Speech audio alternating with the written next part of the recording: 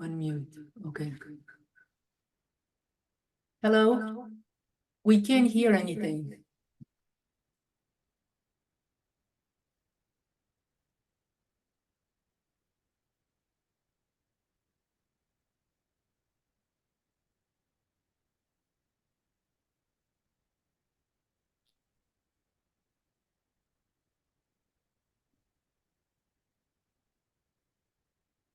Can you hear us?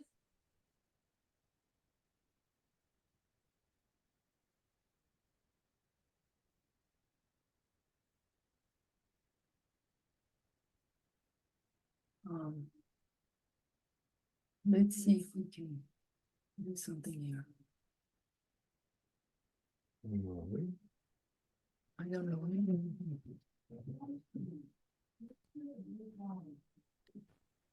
Can you hear me? Okay, one of us will have to unmute it because we have a, okay. Howard, say something. Yes, hello. Are we starting?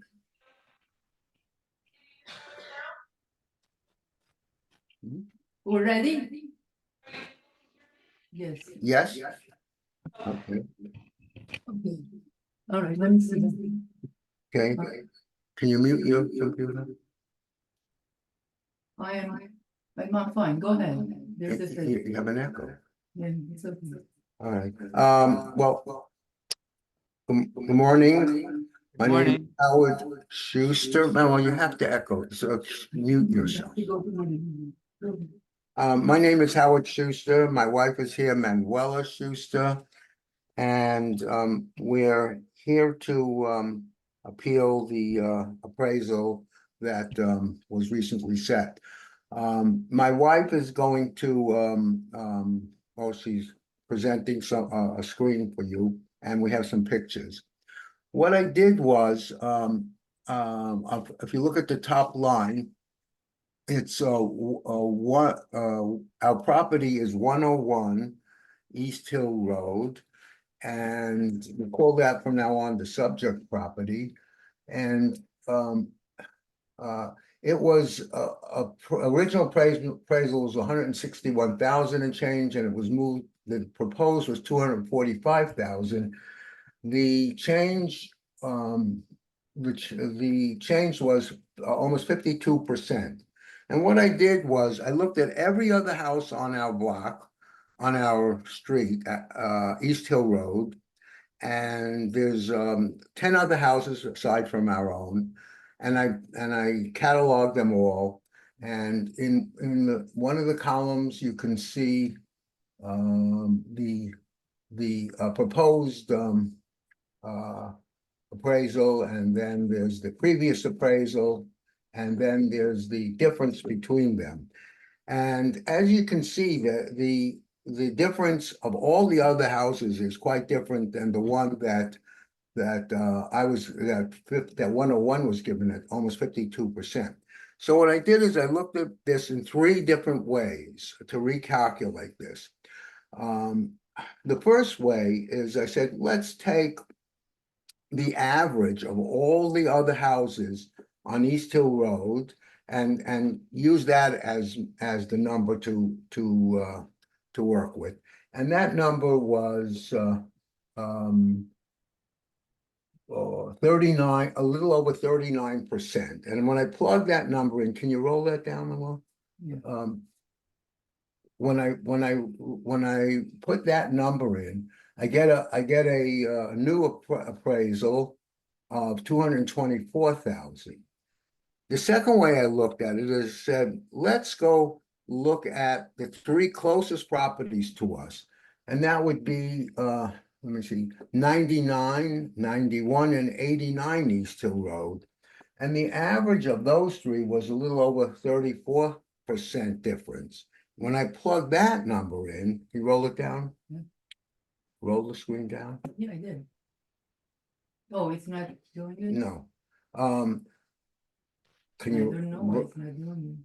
Well, Oh, it's screen, hold on, screen share is for resume share. Okay. when I plug that number in, I get 217,000 and change.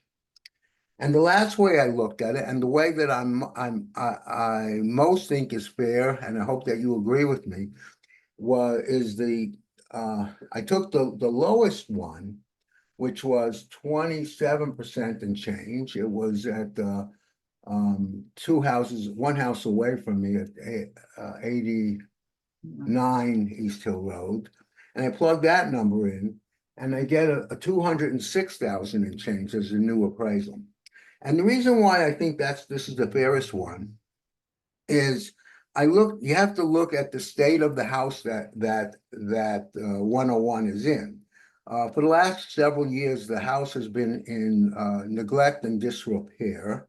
And in fact, if I was selling the house, which I'm not, it would have to be a handyman special because there is so much wrong with the house. And what I did back in February or around that time is I hired a local contractor to try and get my house back, 101 back into shape. And to tell me what's wrong with the house. And I have a bunch of pictures.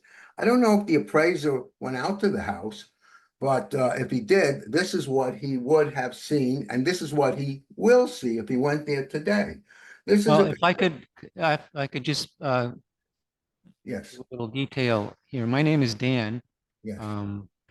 I'm not the assessor. I do this hearing and collect the information you're handing over, discussing, and he will be the one who will be making a decision on the property. But I did want to mention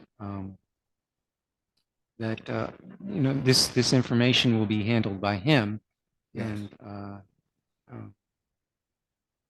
so, but I'm following what you were describing from your sheet that we have. It shows all the different values. You're fading out on me. I don't know what you said. And I did also want to mention, this was not a physical inspection, reappraisal. That was done 4 years ago. You're fading out again. It was done when? It was done in 2020. 20. Okay. Reappraisal. Well, Appraisal is statistical, and so no one has been there for this reappraisal. I see. Well, even if he was there in 2020, that I guess he couldn't see what was behind the walls because what I think the pictures will show what is going on. If I can just run the pictures by. Oh, okay, yeah. This is a picture of the workman. This is a local contractor doing he basically comes down only when it's raining. It's been taking about 6 to 7 months for him to get some of the work done. Okay, can you move on? No, next. Oh, sorry, this is the Same picture. Next, no, you rolled over. This is Okay, this is a downstairs closet. You can't really see it here. There'll be another picture. Inside is just they had to take the entire closet and wall down because of mildew. This is this is an ongoing, when it rains, water would enter the house clear behind the heating element. This is mildew as he took the sheetrock down, more mildew. We had carpenter ants and mice infestation that needed to be corrected. It was unlivable. Let me put it that way. This is the pictures of the house. We try the house. I mean, the house has been neglected, my own fault, but we're trying to get it back into shape. And to give it a full value is really unfair because I mean, it's just in total disrepair right now. This is a picture. Well, I don't even know where it is. It's just damage to the house. More damage. Just move on. This is the closet that I showed you earlier. that you didn't get a good angle. This is a better angle of the closet, and you can see all the mildew and they had to take the studs down, some of them, and this is, if they went there today, now this doesn't look so bad. This is a bathroom that they had to take the shower out, take all the walls down there, and it's in this state at this moment where there is no bathroom, no floors, the toilet, I think, is out, and we're waiting for them to have the time to fix it. And this is why I'm appealing the appraisal, because there's no way this house, there's only 1,200 square feet of this house, and there's no way this house is worth the value that you're appraising it at. And that, I did want to ask, are all of these pictures current for the way the house is at the moment? some of them are, and some of them Okay. have been remediated. You know, Uh-huh. they're in a constant state of what I have like I said, I have a local contractor, and he Right. comes up when it's raining. He apparently his guys work on outdoor things, and when the weather is inclement, then he comes by, and I have no control over it. Whenever he comes and he sends me a bill. But it is not. I mean, every stick of furniture and had to be thrown out because of mildew. So there's nothing in the house that I can tell you is in the present state. There's not Yeah. a single stick of furniture. So Some when of you the say, walls have been fixed, but some have not. yeah, when you say mildew, do Yes. you mean mold actually? Mold, yes, black Mold, mold. okay. It had to be remediated. Yeah. So that's in process then. In process, yes. Yeah. Well, yeah, I mean, if you look at that picture, if you can identify, that's black mold that you're looking at. And it was Yeah. coming in from the roof, from the walls, from the floor. It was, they had multiple issues all around the house, and they're doing the best they can to get it back into shape, and little by little, it's I would say they're about 60% back, but they still have a lot more to go. They gave me Okay. an estimate that probably the end of the summer or early fall, they'll have it back. Yeah, it's a slow process. I can see that. Yes. Yeah, but even looking at the statistical side of it, how did it come up with this house is more than any other house on my block? Well, the reappraisal has to use all of the sales in town that took place. Yeah, but So, all of the sales didn't affected all of the properties on my block. well, they're included with all of the other sales, and this is the way the state requires the reappraisal to be done. I'm sure the numbers are relevant to you in the way you did them for your local structures.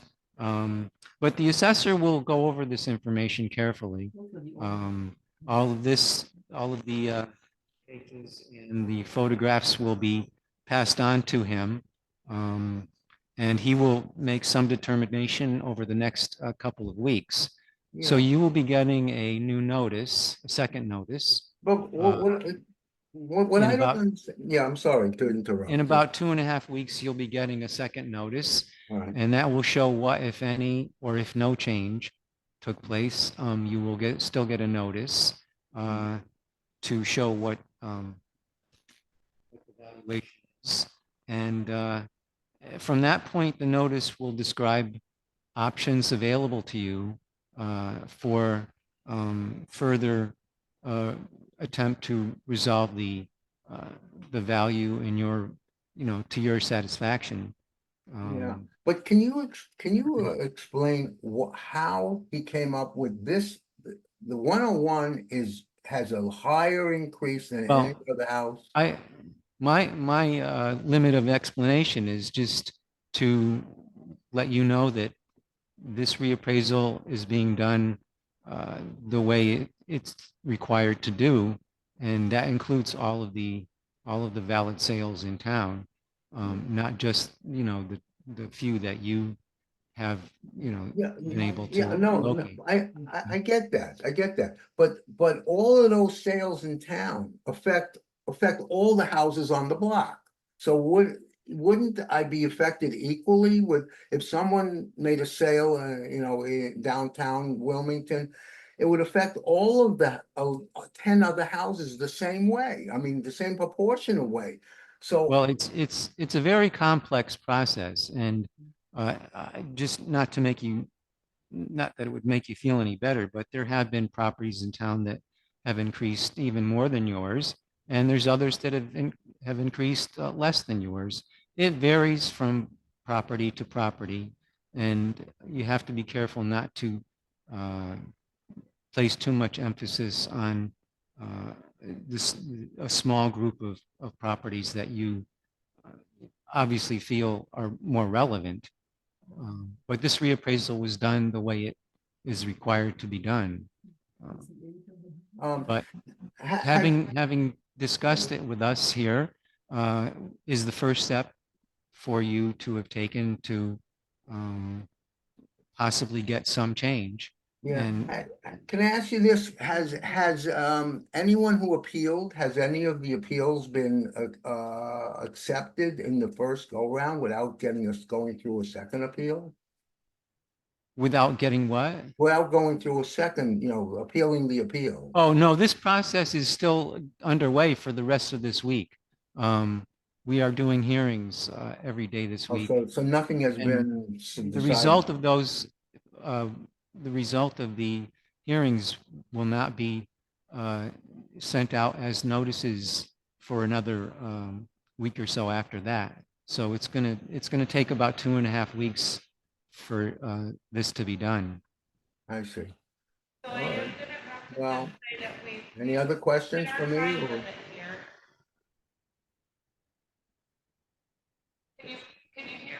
I can't, no, I can just barely hear what you say. Okay,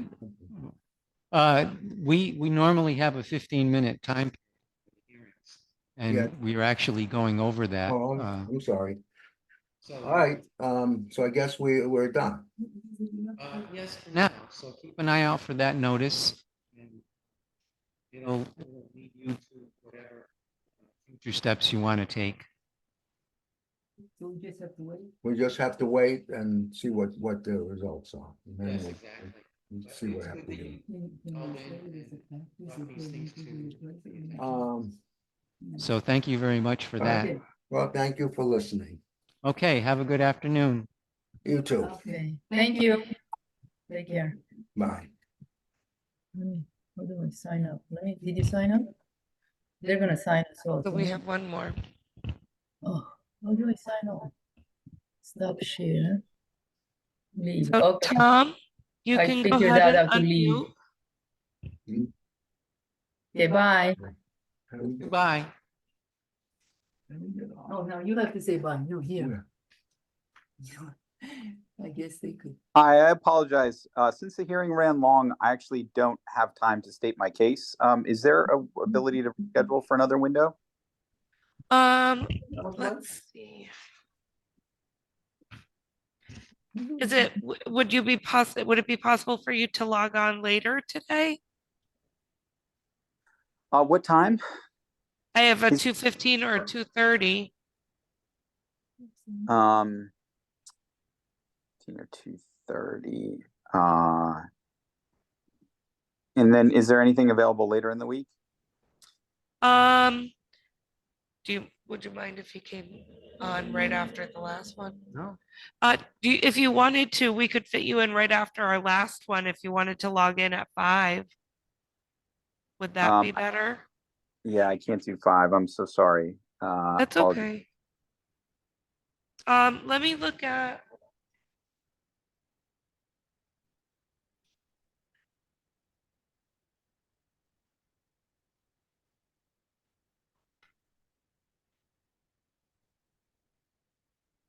So it looks like we wouldn't have anything again until this Friday.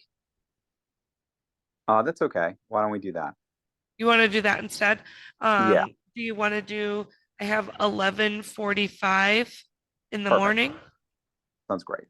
Okay, so I'll move you to this Friday, Tom. Sorry about that. But that's okay. Understand that everybody's got to, state their case. So apologies for not being able to do it, and we'll talk to you Friday. Thank you. Okay, have a good Thanks. day.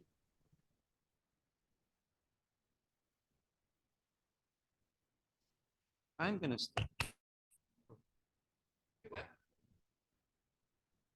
I'm going to start using a stopwatch on my phone to keep track of time, Okay. so I won't have to.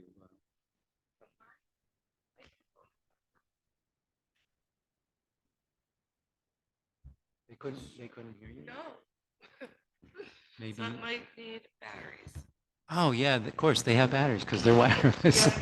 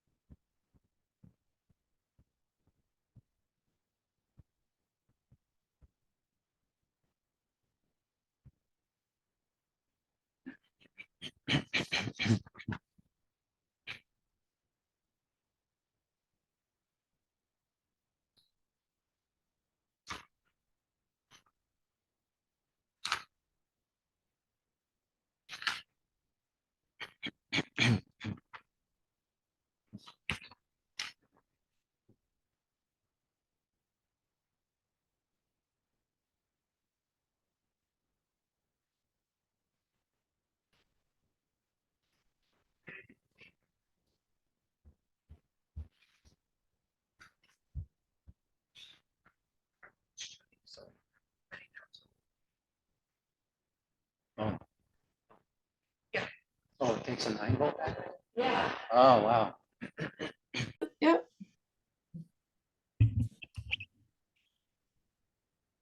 Okay, so you can't see me, I'm off on the side here. But Oh, okay. I'm Sarah and this is Dan Bodwin.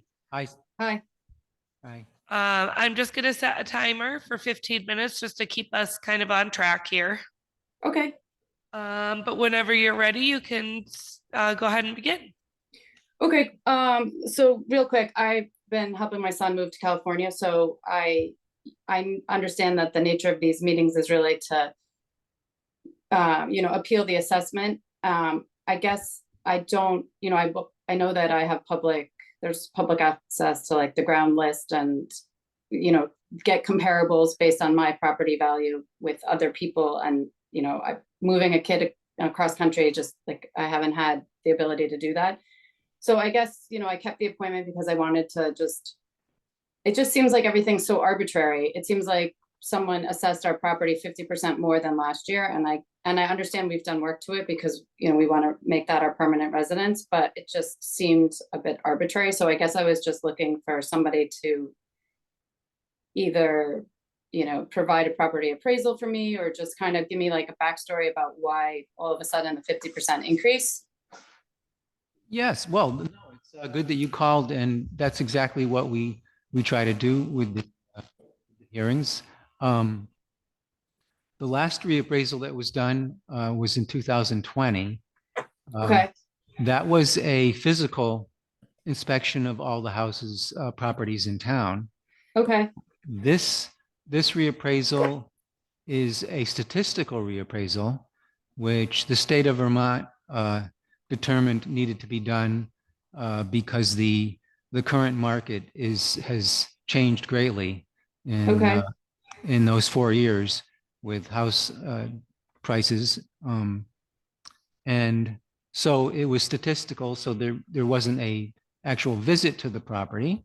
Okay. So what they do for a statistical reappraisal is actually for every reappraisal, all of the valid sales that took place over the past 3 years, ending on March 31st of 2024, all of those valid sales are used to analyze what the market has done and apply the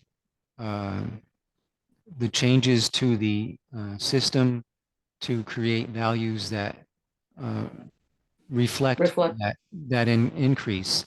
So you've probably heard that the home market is more or less inflated, I guess you might say.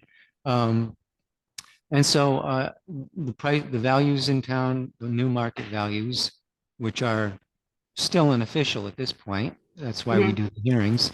The new values vary greatly from house to house. Some have gone up 75%, some have gone up only 25%. It depends a lot on what the particular house's characteristics are and what the market has been doing for that particular type of house or style, you might say, and other categories that the computer will sort out in order to come up with a new value. However, that doesn't mean it's perfect. And so what happens with this hearing is the assessor, and I'm not the assessor, I work for the assessor.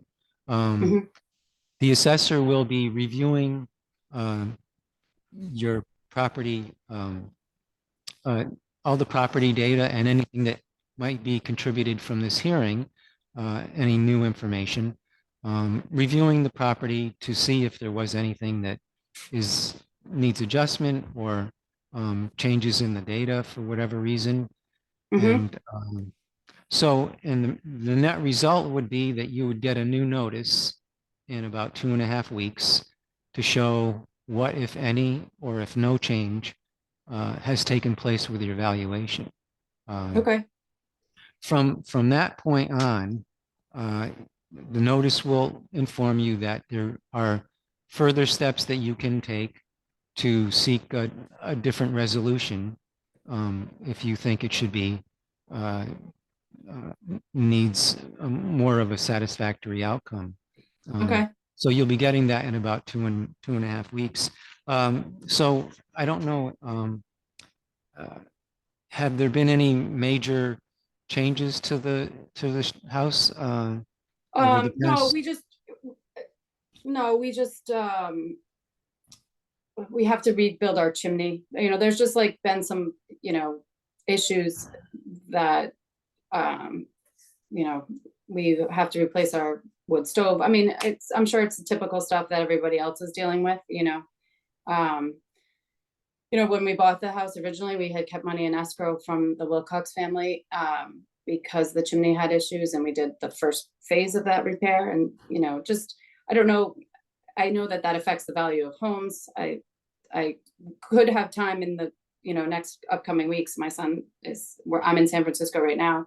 When I get back, to gather that information and the cost of those things. But, I mean, it's nothing out of the ordinary. It's nothing that what other people aren't dealing with. I thank you for your information. I guess didn't realize that the physical inspection hadn't been done since 2020. I didn't realize that this is, a statistical inspection based on what the state of Vermont's asking of the towns to do. So I didn't realize that the 2024 townwide reappraisal was not a yearly event. So that was my concern. So I guess when I look back, at the value of the house, I have the sheet in front of me, it would be great if it was valued at 621,000. And, it just seems like, when my question is like, you did mention that 2020 was the last physical inspection, but when you look at the assessment form, it has previous, which is last year's total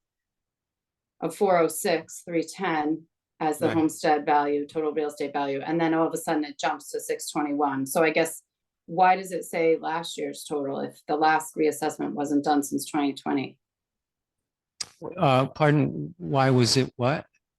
Like when I look at my Oh, notice to the taxpayer about the Oh. change in appraisal of the real estate value, it says previous, last year's total right, right. was 406, and then current, Yeah. which is this year's total, is 621. So I guess that's why I understand you're saying that, this is what hasn't been appraised since 2020, but it looks like it was appraised last year.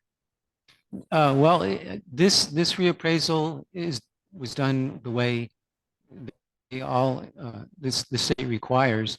What was used for this reappraisal was all of the valid sales that took place Over the in, course of the year? over the course of 3 years, ending on March 31st of this year. Although the more recent ones carry more weight, but Mhm.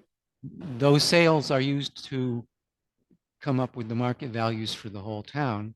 And so that's why your value is what it came out to be. I did want to ask, would you have any kind of hypothetical number that you would consider marketing the house for if you were to put it on the market? No, because I haven't considered it, because Yeah, this is That's actually okay, yeah. where I want to live permanently. So yeah. no, I haven't. I just, no, to answer your question, no, because I have no Yeah. interest in selling. Oh, that's okay. Sometimes people have a number in mind, and not everybody has ever had to think about it. I mean, if I had to say so- something, I guess it would be 500,000, Okay, yeah. an increase of 100,000 since last year. Yeah. Seems more reasonable to me than 220,000. Mhm. Well, what I can say is the assessor will uh, uh, review the whole information of the property Mhm. again to just see if anything was incorrect. And Okay. the notice that you're going to get in about 2.5 weeks will tell you about the other steps that you might take. And that would also give you some time to come up with some other your own information to come up with your own valuation. Okay. And that would be something that would be available for you after you get that notice. Okay, that sounds good. And how would I get a copy of my property appraisal? I guess you mean the assessor's property card. Yeah. That can be emailed to you. Okay. Sarah's She has it. can send that to you. Okay, thank you. Okay, yeah, that'll come shortly. And Okay. if you have any questions, feel free to call if there's some question about what you're seeing on that. Okay. And somebody could help you with that. Okay, well, thanks for calling in. It's a good thing to do. It doesn't hurt to question it, and so Yeah, that's what I figured. Okay. yeah. Thank you for Good luck taking the with time everything. to, yeah, thank You're- you. And thank you for taking the time to meet with me. Oh, you're quite welcome. Okay. Thanks. Have a nice Have a good day. afternoon. Bye. Okay, you too. Bye-bye. I forgot to start my timer. That's okay. I have on and off. It's just gotten chilly in here a couple times.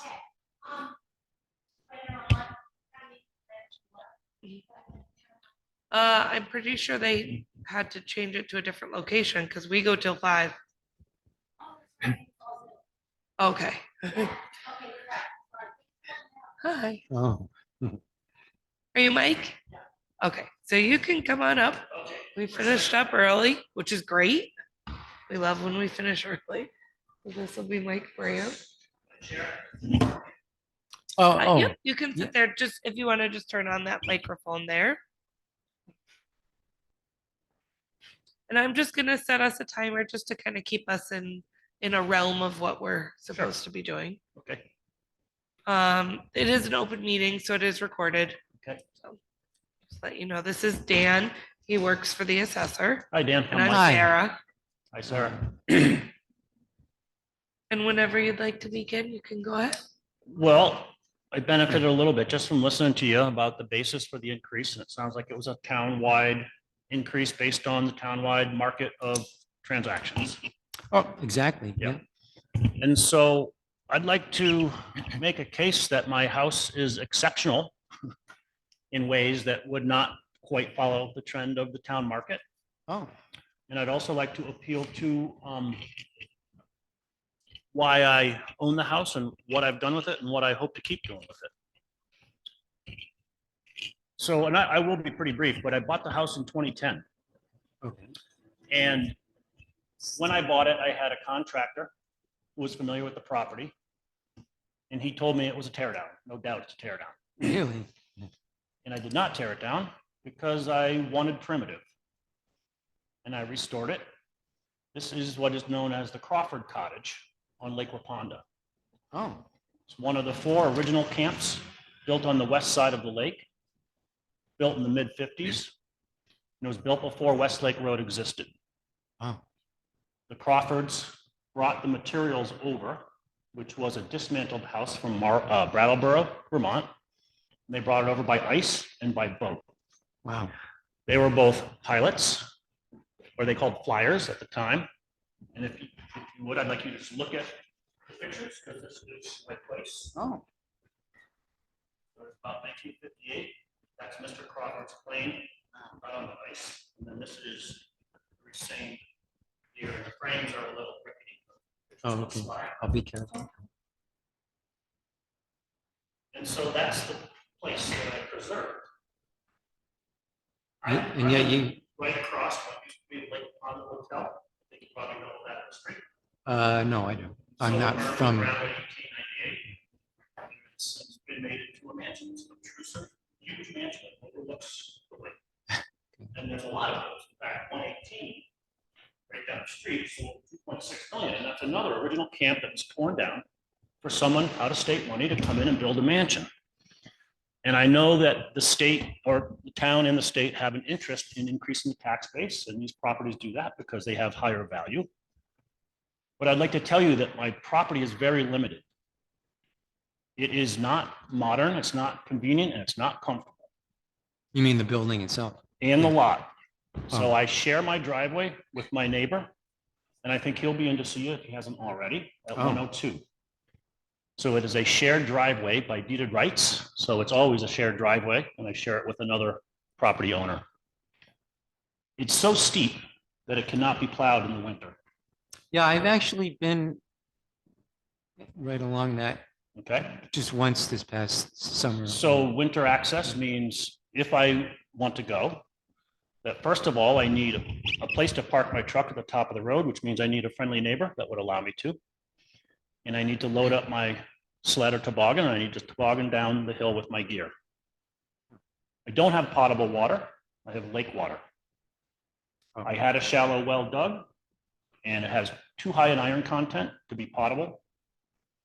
And I can't get a big rig in there to get a deep well because of the access, because of the driveway and overhead clearance of 45 feet. Don't have insulation. I don't have a furnace. It's not very convenient in that winter access is obviously inconvenient to have to sled down the hill. Once you get down that hill, even a healthy man of my age would have trouble getting out of there if something happened. 911 had trouble getting in. Did you say there's no furnace? There's no furnace, no. There's no potable water. There's no Is it- insulation. How is it heated? Wood stove and a small propane heater. Just a wood stove? and Yep. Small, propane, okay, which is space heat, basically. So I don't have the option for town water.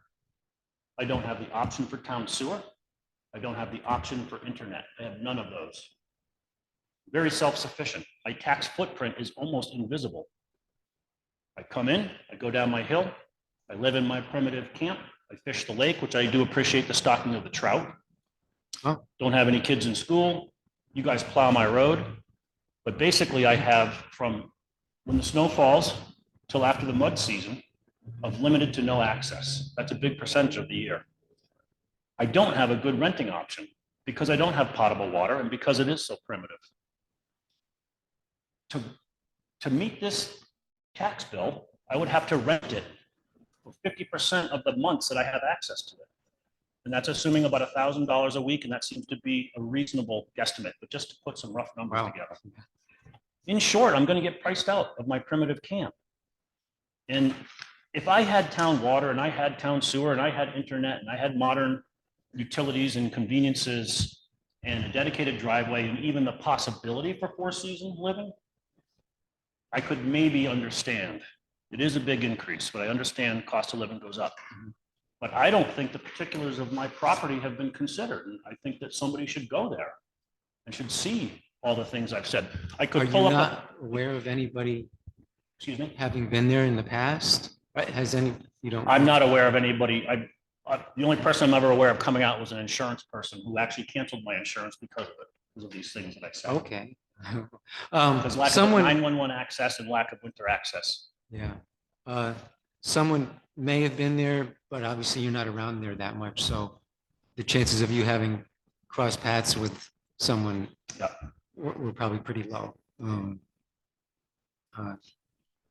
Do you know what the town's sentiment is on preserving the history of the lake and not letting it just become a bunch of out-of-state money with obtrusive mansions? It's not a very big lake. It's only 120 acres. It's only max depth 12 feet.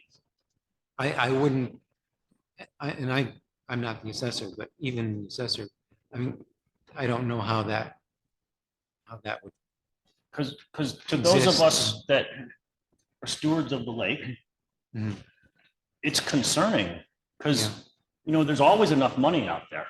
Maybe somebody would even put enough into my property to make it year round, but I don't think they could with the driveway. And the well, you know, I've tried. I want potable water. And I would pay for the well, but the well company couldn't get their machine there Yeah. because of the driveway. And you said there's no spring water. No, it's lake water. It's just And lake you water. know, it's never safe to drink. It is safe for shower and dishes, but sometimes this time of year, even that, because the water can stagnate. So you just hope for a lot of rain to keep the water moving. I did want to ask, do you have a property card? I think she just, yep. Oh, Yep. okay. Just, I can. well, if I just wanted to ask, there is a bathroom, a regular bathroom? There is. It's a standard shower. Oh, okay. And- So you have electricity to power a pump or whatever? Yeah. Oh. Do you have to treat the water that you use for, do you drink water from the lake? No. Okay, so you just use it for everything else? I mean, anything else? Yeah, I usually Yeah. water my garden and then. Yeah. It shouldn't- it's just, I don't brush my teeth. Yeah, yeah, okay. And even, like I said, this time of year, sometimes it's where I'm not. Still a lot of animals. Oh, yeah. Yeah. Something like- So it's, what supports the house? Is there any kind of foundation? It's on old cement posts that Oh, amateur hour did. okay, so, like piers, they Yeah, might be it's on called? cement. Cement piers, okay. Keep credit out the challenge. Oh. Yeah. And there is kind of a second floor for part of the house? There is an alcove that has two single beds. And I'm going to give you a picture of this, okay? Every threshold is shorter than the threshold. Oh, The bedroom ceiling is exactly like that. Stand tall. It's just stand tall. My head is pressing against the ceiling. very low ceilings. Have you ever measured them actually? Oh, I'm 6'4", so. Yeah, so Exactly 6. my height. The threshold must be 6 feet. But if I don't That's the threshold of doorways. Yeah. Okay. Uh, yeah.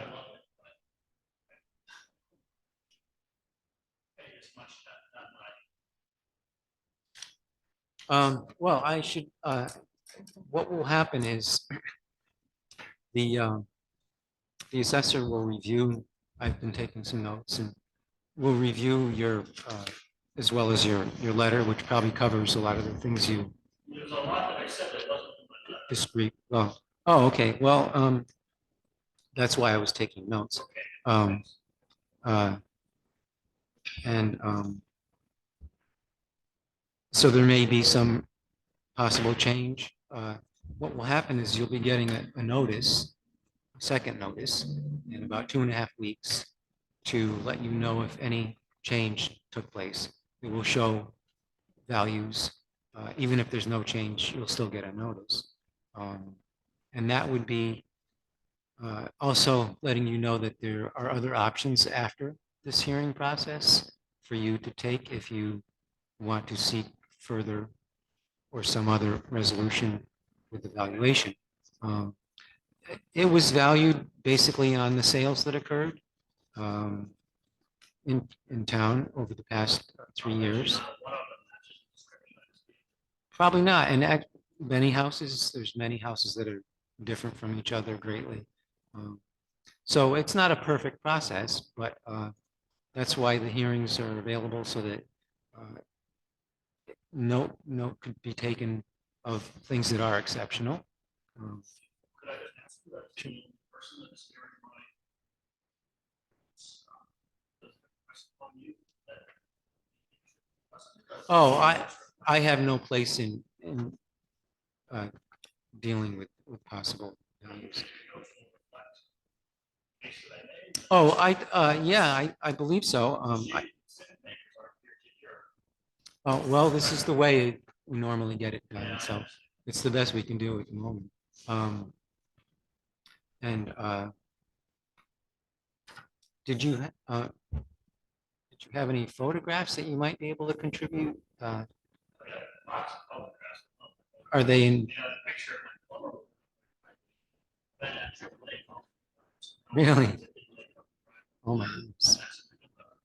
If you have some pictures that are in digital form, you could submit them to Sarah's email address. I don't mind doing that, but usually I take pictures that look well in the place, but I just go through all the parts. So I would Oh, take pictures of in case I'm trying to make. okay.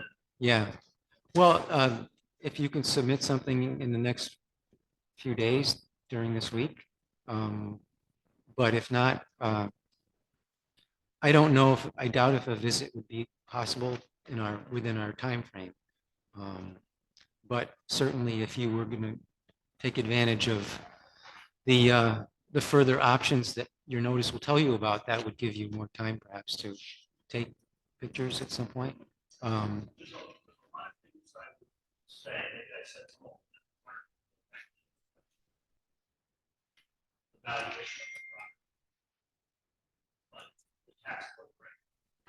Well, we can't discuss taxes.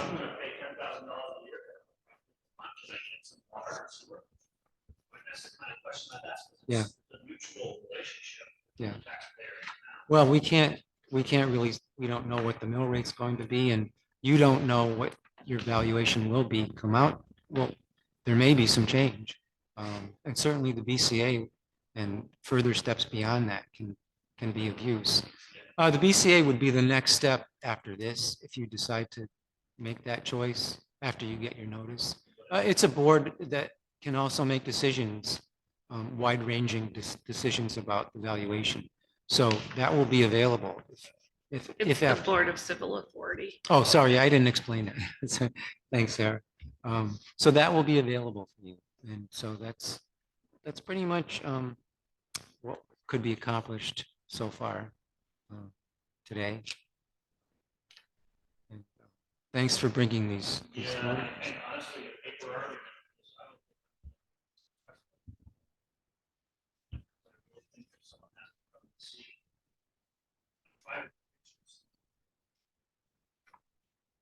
Yeah. Oh, yeah, yeah, yeah. Well, yeah, I think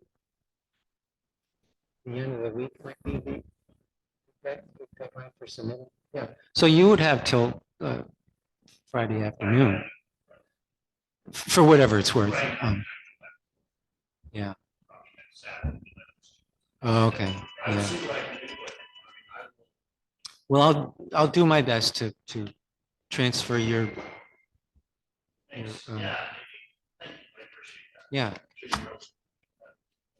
Yeah. It's what we're here for. Yeah. Well, okay. It's good that you came in. Okay. Well, have a good afternoon. Thank you. Oh, yeah. Thank All you. right. Good luck.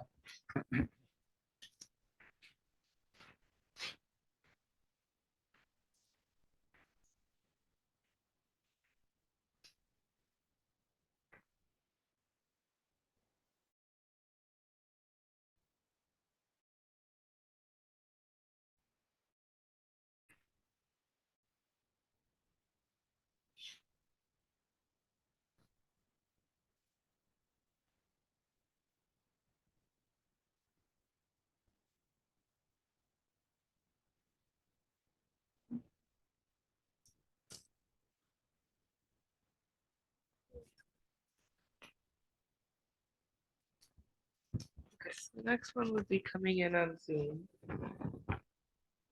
Uh, 1:30. Yeah.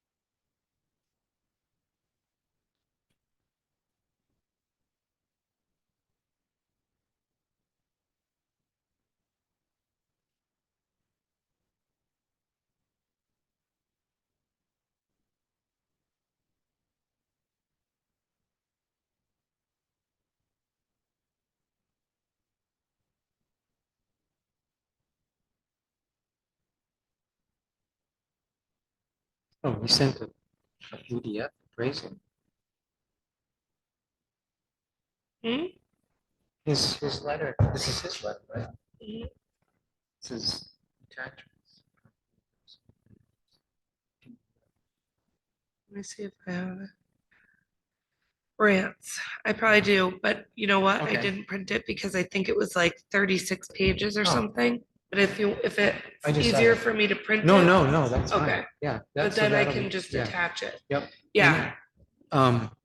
You And I don't have want to to, say it might be old, so I don't know. Let me look because I almost want to say it was from like 2019 or something. oh, really? But let me just double Yeah, check. that might not.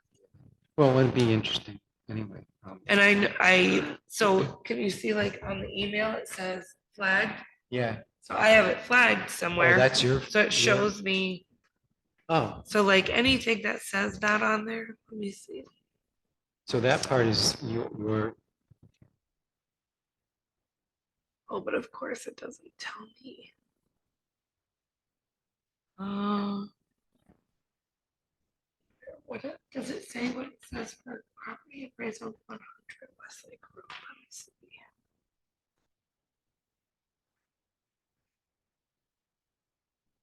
What's his subject? this is 10. 10. Okay, that's Oh. why. He probably just forgot the other 0. So this is, oh, this is our next one. Oh, yeah, it's 1:30. Hi, Ed. You can go ahead and unmute yourself.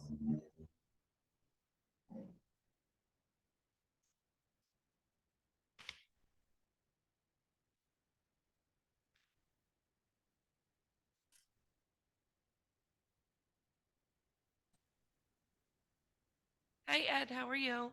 Hi, good afternoon. Hello. So I'm here. I'm off the screen. I'm over on the left here, but you can go ahead and begin whenever you'd like. I just want to let you know it's recorded just because we're an open meeting, and I'm gonna set a timer. You have 15 minutes, but that's just to kind of keep us, in the realm here. Sure. All right. And then Um, this is Dan. He works for the assessor. And go ahead. Hi. Look, hi. I guess my real questioning is about the rationale about the size of the increase. I had purchased the property and I believe I closed, I want to say in September 2019. And I had to file a grievance at the time because of the assessed value was so far away from what the purchase price was. And now it's about 4 years later, and we are reaching the same levels of that assessed value only 4 years ago. And I don't know what could have possibly changed in 4 years to basically double the assessed value of my property. In the world that I live in, right, market values are defined by bid and asks, right? There has to be a price, and before you can determine what the market value is. I know that properties have sold in the area. I know that the rebirth of the Hermitage Club has kind of changed the landscape in the Wilmington and Valley area, Deer Valley area, and so expecting some sort of increase may be reasonable, but 100% increase or almost 100% increase seems unjustifiable to me. I also would say that, if it's based on recent home sales, there's no guarantee every home sells for the same price. And then furthermore, I think this is going to act against the town and against the state in some ways, if this is a remit from the state, and that now, people like myself are going to look to leave, right? Because it becomes way too costly to maintain a property there, that for a lot of us who live in the area, live in the town, are second homes, our vacation homes that we do visit throughout the year, not just during the ski season. And but to maintain the property, to maintain all the services that you make, it's become way too costly. And I think it's going to effectively wind up pushing a lot of people prematurely out of the town, unnecessarily. That is one. And I also think that it's going to hurt future sales going forward, because now folks coming into the town or looking to come into the town are going to look at the property assessed values and the rate, quite frankly, which is one of the highest that I've ever seen. And say, where do you draw the line in terms of the value that, a home in Vermont in a very, suburban area, right? Not an urban area where there's not a lot of activities and stuff to do. Where do you draw the line in terms of how much you're going to spend and invest there? I've been very happy. I've been there for 4 years. This is a significant change from 4 years ago. And actually, when I went through this assessed value in the hearing back in, I want to say it was December of 2019. I'm not exactly sure of the month. I was told that we shouldn't expect these things to change for a long time. And a long time was defined to me, at least in community circles, maybe 10 years. The fact, again, that about 4 years later, we're talking about doubling my assessed value seems incredulously and very unfair. I would be much more open to a more reasonable increase, but a doubling in assessed value, I don't understand the rationale. I know that there's been home sales recently that have been, but that is specific to those homes. There's no guarantee that my home will sell for 1 penny more than what I purchased it at. We just don't know. And so based on those facts, and the fact that, it's already, I think, I don't know if it's a 2 or 2+% mill rate. I just, I have no real arguments or documents to reveal or to base my position on, other than what it was 4 years ago and the dramatic increase on 4 years later without any real understanding as to how that number came about. We get the form, we see numbers, and we say, oh, we know that, who the assessor department folks are, but there's no analysis provided, there's no information provided, there's no roadmap as to how they came up with these numbers. It's just, here it is. And, I just don't understand that sort of process where there's no transparency. I could explain a little bit of how it's done, for whatever it's worth. Sure. And keep in mind, I'm not the assessor. I work for the assessor. So what I'm doing today is some explanation, and also just to hear what you, the owner, wants to pass over to the assessor. So this reappraisal was done. The state required this to be done this year because the market had changed so much from the last reappraisal, which was the one that was 2020. And this was done as all reappraisals are done in Vermont. The sales that were used were all of the valid sales for about a 3-year period, going from March 31st back in time, about 3 years worth of sales. And those sales were used to create the new values for the whole town. And each property has its own characteristics, and some went up a lot like yours did. Some went up a lot less. And so what the assessor will do as a result of you requesting this hearing is review all of the details and data for your property to see if anything was incorrect in any way.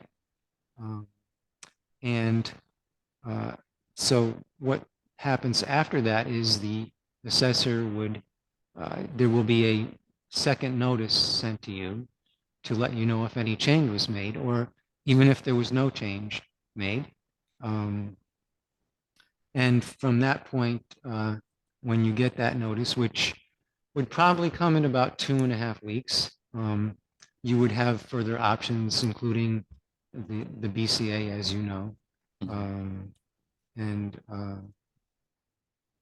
other than that, it's basically a standard process of using all of the sales that were valid and computer software and the assessor's knowledge from his own experience assessing towns in Vermont to come up with new values. And so it has been reviewed. It wasn't just a number that was spit out by the computer. The assessor does carefully check all of the information and what comes out of the computer to make sure it, in his experience, seems correct. Do you have a copy of, you must have a copy of the property card, I hope? Did you get one of those? I probably have that maybe with my tax folder someplace. Mhm. I don't have, I have this yeah. notice with me, that's all. Oh, just the notice, okay. Yeah. I We, can send you one of those to the email that I have for you too. May I ask a question? yeah, So this is a state mandate thing. Is this across the state or in selected no, towns? it's each town is on its own track of time frame for when their appraisals are getting done.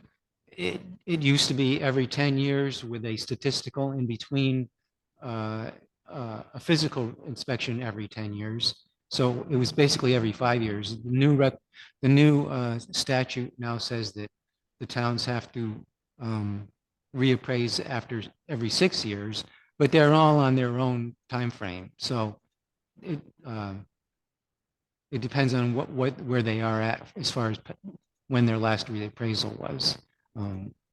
But it will be every 6 years, unless the market changes greatly again, and the state may say 4 years from now, or 5 years, or whatever, that the towns would have to do a reappraisal. So this one normally would have been after 5 years, but the state said, no, you got to do it for 2024. Gotcha. And so, and one of the unique attributes, I guess, of my property, which sometimes, may have worked against me, I'm not sure, is that my property there's a lot of land, or more land than some of the other properties have attached to it. However, right, 90% of that land is unusable, wetlands and that sort of thing. Yeah. I don't know how much that's factored in. But I know in the past that has been something that I've had to argue about, that it's land that's completely useless to me, yet I still would have to maintain if something disastrous happened, but I can't use for my benefit in any way. Yeah, well, that's part of the excess acreage. And excess acreage does have a much lower rate per acre than the home site. Okay. But certainly there are sometimes factors that are very severe and might require some kind of attention as far as valuation. So it's basically very wetland. Oh yeah, I mean, like there's a stream through there. It's full with greenery and stuff, and and there are delineation signs, calling it wetlands and stuff. And I've known from many attempts to do some improvements that I'm very, very limited beyond the scope of the home itself and the immediate, within 20, 30 feet surrounding the home. Rest of that land is relatively unusable, at least at the moment, unless some wetland delineation or some kind of other engineering or something changes in the future. That's current state. Well, I have one other suggestion. When you get your property card, On the back side of it, there is all of the structural information and other details about the house. Look that over, and if you see anything that looks, incorrect, you can, email Sarah to bring it to our attention. That would have to be done by the end of this week. Right. So as soon as you get that, you might want to check that over just to make sure that it seems correct. Okay. All right, so I'll try to locate that. And again, my other point is that, and I know that this is not necessarily something that the people here will address, or even the assessor. But there is a high level of potential of exodus as a result of such a drastic increase, right? Well, we can't really speak to that. We don't know what Yeah. will happen exactly. And these numbers are still unofficial. So it's hard to say, and there's still no way to know what the tax rate would be. So we can't really speculate too much about, I know it's important to try to see what the future might be, but hopefully, the town is obviously doesn't want people to leave. Right. So we'll just have to wait and see what happens with the final outcome here. Right. So I would just suggest that, so you can expect that you'll get that new notice, and from there decide what you need to do. Right. Oh, I definitely, I appreciate the opportunity to speak. Oh, by all means, it's the best thing you can do is just to, do this hearing and see what happens. Yeah.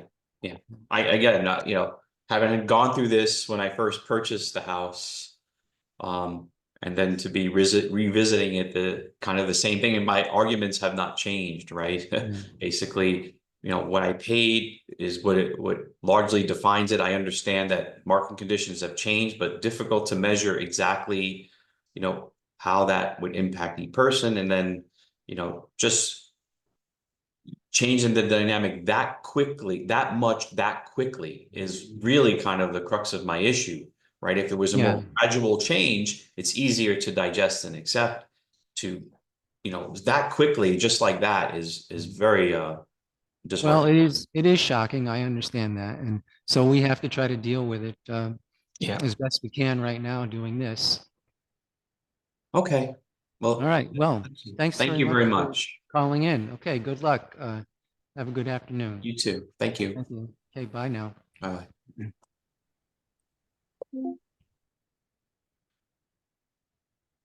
Okay, so we have Hello? Dan. Hi, Dan. Hi. How are you? I was at the Hello. tail end of that previous conversation, so I don't know if you need a moment to collect your thoughts, or Oh, you no, tell we're your ready thoughts. to go. Your thoughts are gathered. Yeah. So I just want to let you know this is recorded and it's an open meeting. So like you said, anybody can kind of pop in at any time. Yep. I'm just gonna set us a time clock here just to kind of keep us, aware of our time period. And you'll have 15 minutes to speak, and you can begin with them whenever you'd like. Great, thanks. Hi, So, well, my name is Dan as well. easy enough. I work for the assessor, and I'm here to do some explaining and mainly to get your input for whatever you want to bring to the assessor's attention. Yep. Okay. So yeah, I largely understood the process. Sarah, thanks for all the communications. Very, very clear. I actually don't think I will need even the full 15 minutes, because I think it's a rather straightforward discussion, right? So Okay. I understood from the notice I just received, the increase, which is high, is why everybody is, having similar discussions. Yeah. Ultimately, I think what drives this, and obviously I think that everybody recognizes that properties and values have increased over the time from the last assessment. So I think that's a natural. I think ultimately, though, what's a huge factor is even as the gentleman just before me was saying, ultimately what you can really get for your individual property, and individual properties are just that, somewhat distinct with them. So the end of the day, it's about, if I were to ultimately put my house on the market, what could I get for it, right? And so that's why, as part of this process, I've sent over some comparables. I think, Sarah, you had said that you printed them out and you could submit them as part of this. But one of the most notable ones that I've seen, which is actually just a recent sale on Stonebrook Road, house, same bedrooms, actually more bathrooms, larger square footage, had sold for a lower price than what I am currently assessed for. So that to me is very indicative. I also see things which are part of the printout as well about what currently homes are being advertised for. And so obviously advertised is not sale price, but typically, people are not paying above what is advertised, right? And so in another case, a 5-bedroom, which is similar to my situation, with 3 bathrooms, I only have 2, at close to the same square footage, but on a 1.7 acre, and I'm 0.77, is being advertised for $349. So slightly above where I am being appraised for. What I've included as part of that, and there's some other comparables that are part of this, which have each sold within this year for around the 290,000 K range. But what's notable also, and what I've included, are really the costs in order to, again, properties are unique. So ultimately, in order to even get the price by which that I've been appraised for, I fully believe that I would have to do a series of home improvements. Some of which, what I've done is included that pricing from even an estimate, I think at the end of 2022, to redo the roofing and some skylights. As part of this submission as well, I've included pictures as well about not just the roofing and the estimates and but also sliders. So I've yet to really improve the sliding doors in my house. There are approximately 7 of them which were installed in the 1970s. So again, all of those factors have to contribute to ultimately what would I be able to get for my particular property in itself. For me to get, and I don't necessarily know whether I completely disagree with what's been noted, but I think that's a premium cost of the current appraisal, meaning that's the top end of the market of what I could potentially achieve, had I done the improvements that I've suggested, right? And provided pictures, because again, this is 1970s kind of stuff. So there's a significant amount of money which would have to be ported in order to achieve that result. Okay. And I've given you the quotes, and obviously I've taken Yeah. a little bit of a guesstimate at the sliding glass doors, but that's kind of a Home Depot kind of price to at least seem somewhat reasonable. We'll just show. So I don't know necessarily how else. I mean, I understand to some degree, even from the last conversation you had, a bit of how things were appraised is a bit arbitrary as well, right? Somewhat based upon sales over the COVID time period, and then somewhat I heard you say, by the assessor's experience. So I don't know. Well, there is a very detailed computer software that's used to generally create the values from the data that's been put in, meaning the building data and land data as well. Although the land is valued separately based on sales of land. And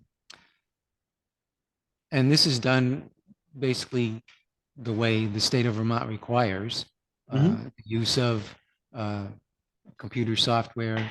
And It's fine. the experience part comes in when there might be a need to adjust what the computer's doing. So there is a Sure. human being who makes the last decision on Yep. what, but I did want to ask, Sure. do you have a number that you would consider hypothetically in your mind for a market value, just for comparison to what Yeah. it, Yeah, I mean, so again, I think it was appraised at, well, I know it was appraised at 329. And the way that I would look to calculate it is saying if that's an accurate assessment, taking off minimally the close to 28,000 to do the roof and okay, yeah, 14,000 for that's why I kind of gave those figures, because yeah, those improvements, I think ultimately, if those were done, I think I'd be able to achieve the sale price by which that it was appraised. So Right. my logic would be just to deduct those. yeah, okay. I Well, mean, that's the fairest way that I can think of it, yeah, given especially what I'm seeing also as truly closed sales, right? Like I said, 315 for another property with more acreage, more bathrooms. I can't speak to exact other particulars of it, but yeah. seems, then I'm closer to the range. Um, The range of reality, I should say, Yeah. in my perception. well, that seems logical. At least it's something for the assessor to Mhm. consider.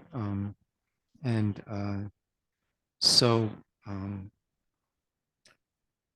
as far as you know, the data that we do have in the computer is correct as far as the, the details of the house. Very few details did I receive as part of the notice, so I Oh, don't. no. Oh, do you not have a copy of the property card? No, I That do. would be, okay. I do not. I only received the notification in itself.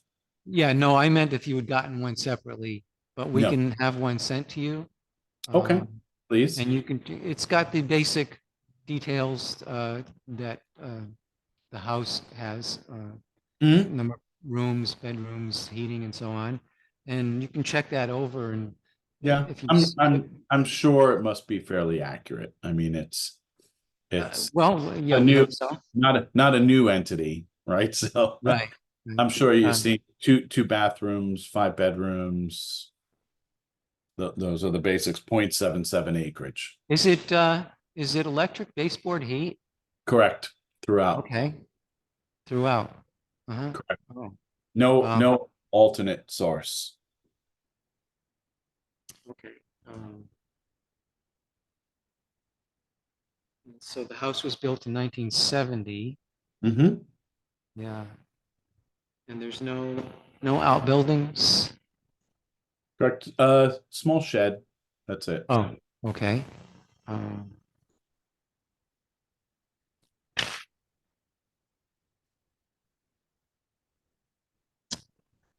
Well, yeah, so things are probably in order there.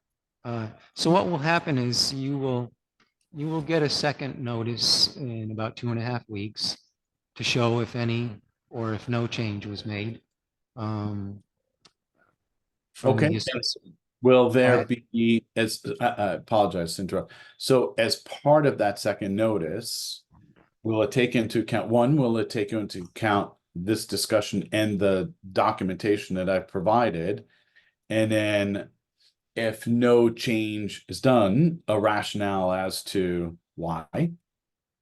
Normally, they're not explanatory. You would have to contact further. Um, You might be able to get the assessor, uh, if he's available, to give some details. I couldn't speak for that directly, but normally the notice does only give Determinate. the two values, whatever they end up being for the new value, or Yeah. no change. Yeah. Seems, so I understand that. It seems a little bit funny because, somewhat it feels then as an anonymous entity who is providing these in essence, and I know that you said it's software based to some degree, but it seems rather anonymous if there's no rationale as part of a grievance, right? Well, there is, but Well, it's just, not provided to us. right, exactly, yeah. That's the way they generally have done it, but as I said, you're welcome to call after you get the notice, and the assessor might be able to do that. I can't speak for him, though. That's fine. I realize. Okay, Yeah. that's fine. But he will get whatever we've discussed here, as well as the documents you have submitted. He's definitely going to have those, and will consider them Great. seriously. Mhm. Okay, all right. Well, that's all I can ask for. I Okay. think my 15 minutes of fame are up. Yep. So, yeah, well, it's called in, and wait and see what that notice says, and we'll go from there. I will hope Okay. positive. Yeah. So, all right, terrific. Thank you. Thanks for the time today. Thanks for receiving the documentation. Thanks for the consideration. You're welcome. Have a good afternoon. All right, you too. Bye-bye. Bye.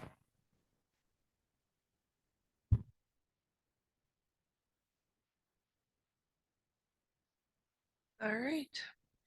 No, actually, we didn't really go over.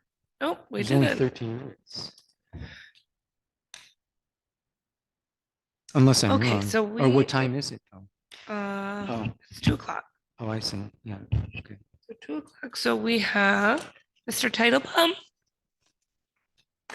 You can go ahead and unmute yourself. He's here for 34 Look Road LLC. And it's for the Yeah. property at 24 Look Road. Okay. So Dan is here. He works for the assessor and he has all the documents and pictures that you provided. And he has a general idea that you had already spoken with Russ. Yeah.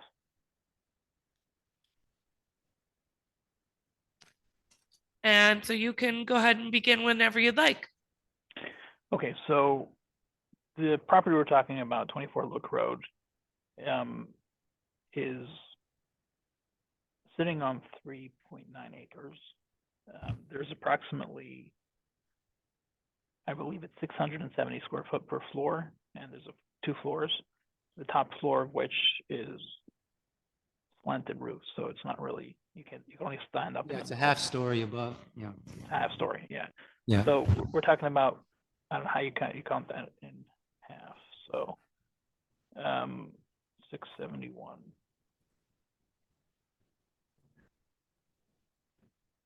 We're talking about just over 1,000 square feet of improvement. Now, this home I bought off my neighbor. If you're familiar with the local politics in town, I bought the next door lodge a couple years ago, and the neighbors were all opposing my use of the lodge, and that got resolved a few weeks ago in the environmental court and in the federal court. And in the process, this neighbor, he wanted out.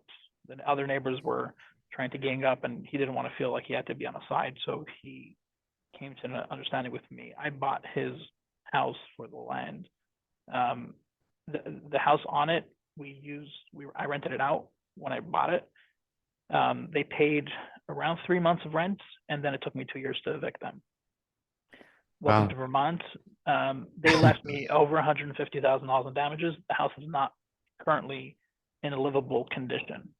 In order for any human being to go in there and live there, I mean, the house is still a house, but everything needs to be gutted to the, they lived like animals.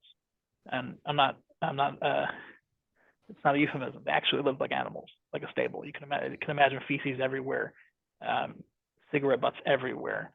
They pulled out the fire detectors because I guess they didn't like beeping. So I had no right to go inside because there were dangerous people with a lot of weapons, and I didn't feel safe going into my own house. And until the sheriff actually escorted them out the property, I've already taken out 4 containers of trash. And I probably have another 2, maybe more, until I'm able to start seeing what I have left to deal with. The house has been vacant for 8 to 10 months now. It's hard to find professionals in Vermont, especially given the fact that you Google my address, my differences with my neighbors, and all the court cases and lawsuits over the use of my lodge don't help me being able to get professionals to do work for me. I've called pretty much every HVAC company in Southern Vermont, and I haven't gotten them.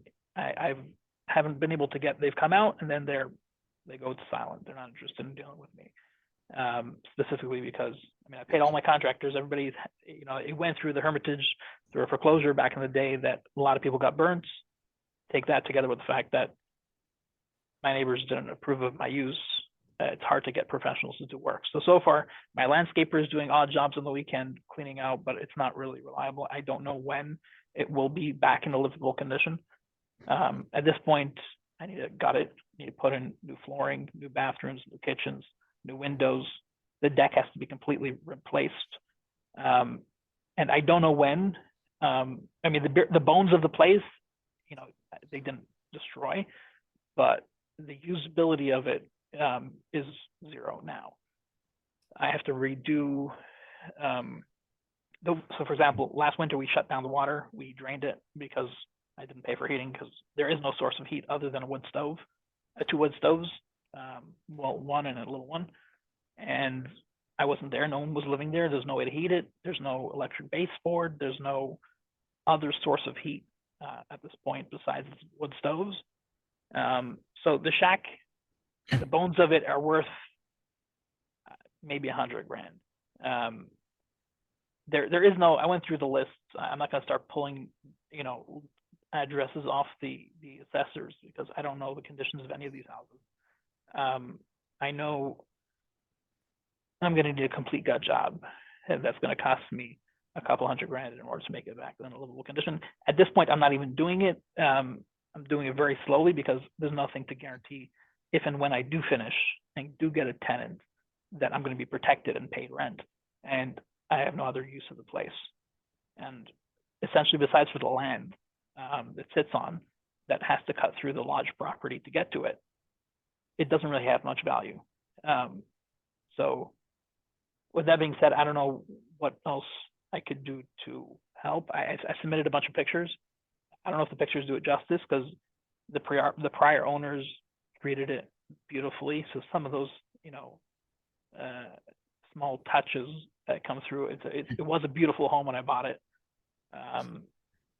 But you wouldn't be able to get a mortgage on it.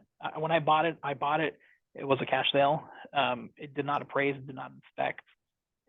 Right now, you wouldn't be able to get a mortgage for $10,000 on it. Are these photographs recent, very recent? They're from a few weeks ago, yeah. Oh, okay. Whenever I sent, the day or two before or after I sent them, they came right then I was up there.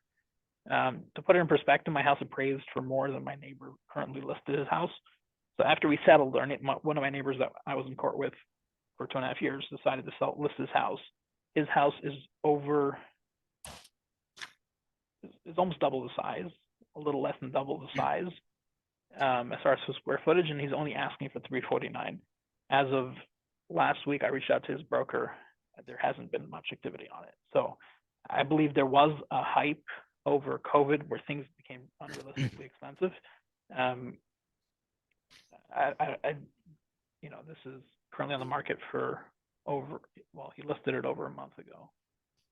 And then Well, I must say the photographs do show a lot of serious problems. There's quite a bit of detail there. Well, I need to do, it is a 3-bathroom, but I have to redo 3 bathrooms to have 3 bathrooms. You can't flush a toilet. There's no toilets in it. There is 1 shower tub and 1 shower stall, but everything needs to be replaced. Nothing that's in there Nothing in the kitchens or the bathrooms is usable. The flooring, I see that is there a kitchen area in the lower level? yeah, there isn't. We gutted the lower level kitchen. We still That's have to been gut gutted? the main.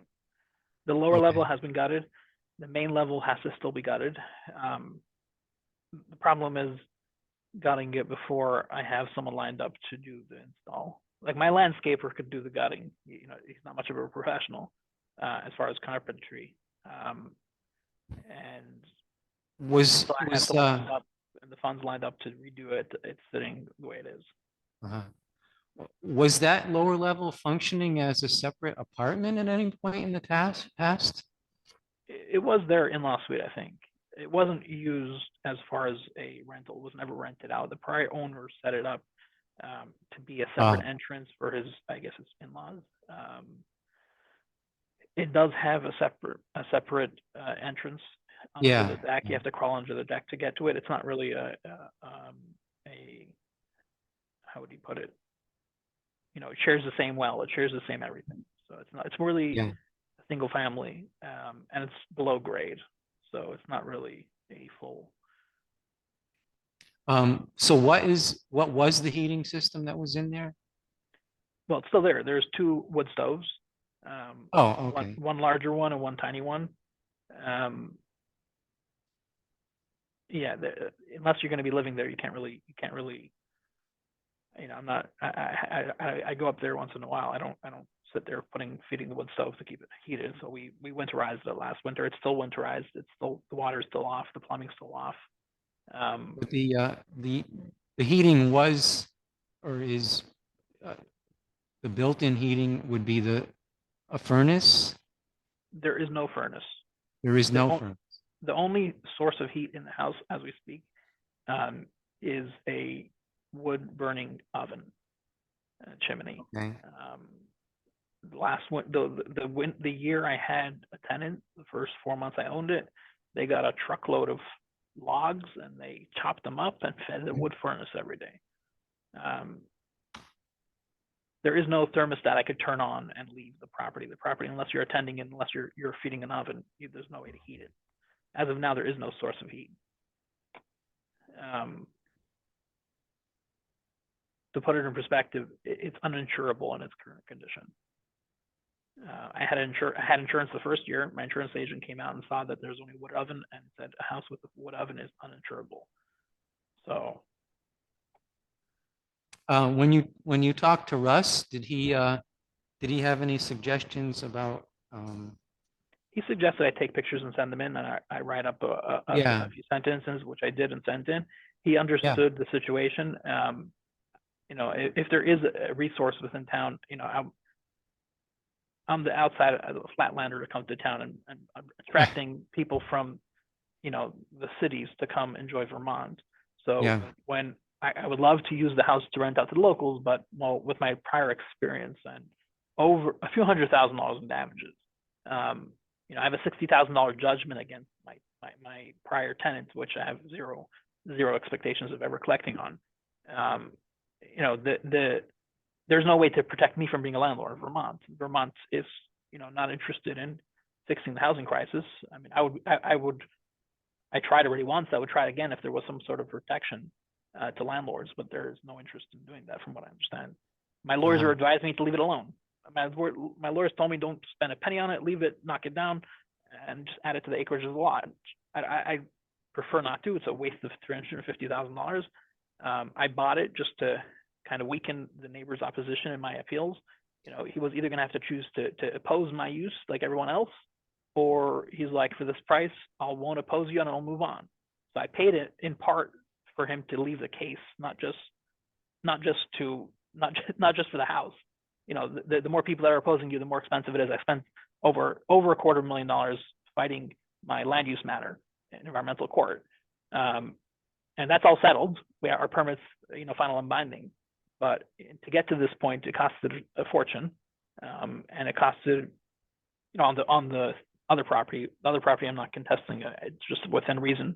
You know, an increase, I think 15-20%, which is within the realm of reason, but it's not derelict. It's usable. this house is currently unusable. So you do plan to continue trying to rehab it?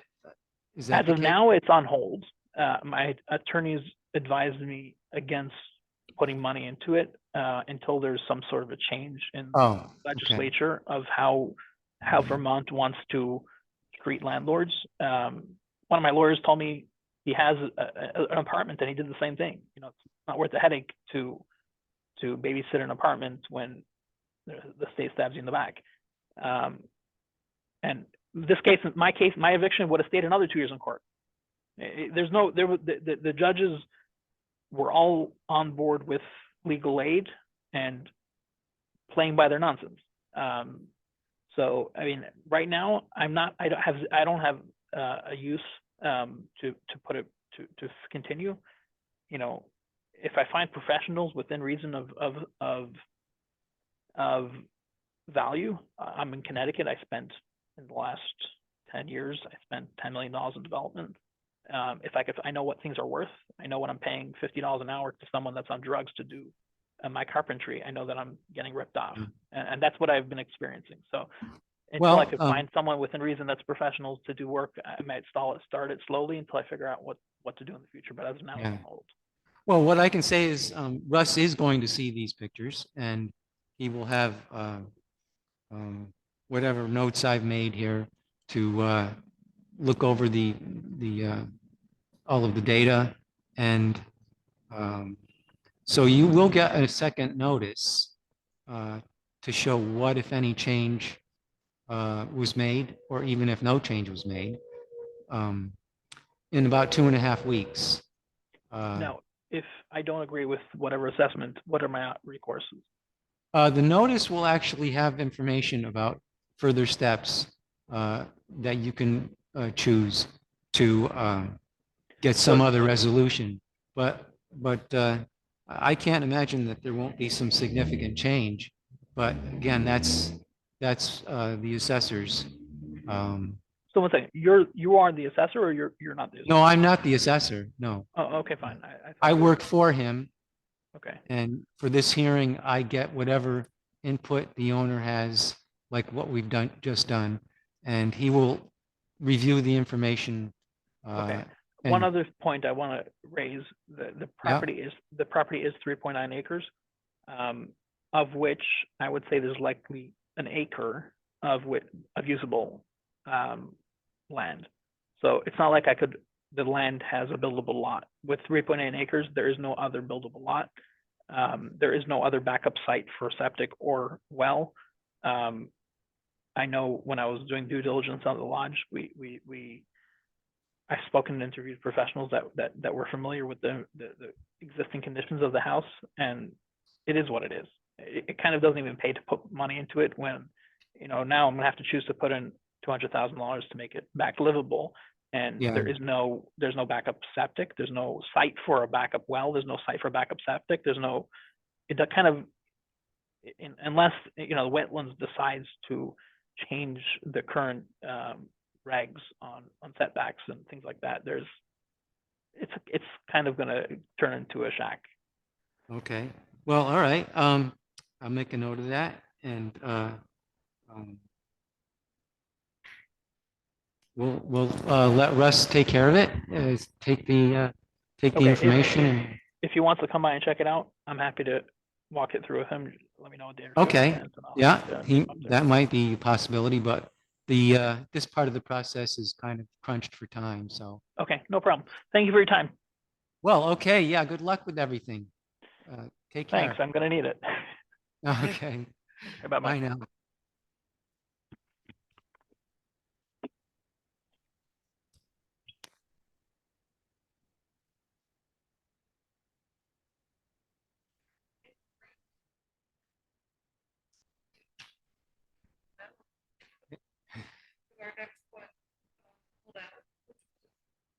Oh.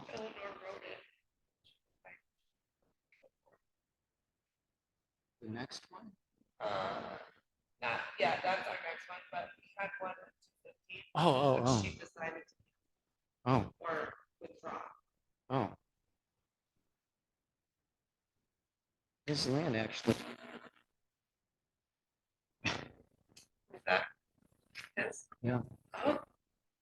Great. Well, he was more or less saying that no other sites, he wasn't using the word sites, but he was saying he was told that there wasn't any way of septic or something, or so Oh, yeah, I see down here it says.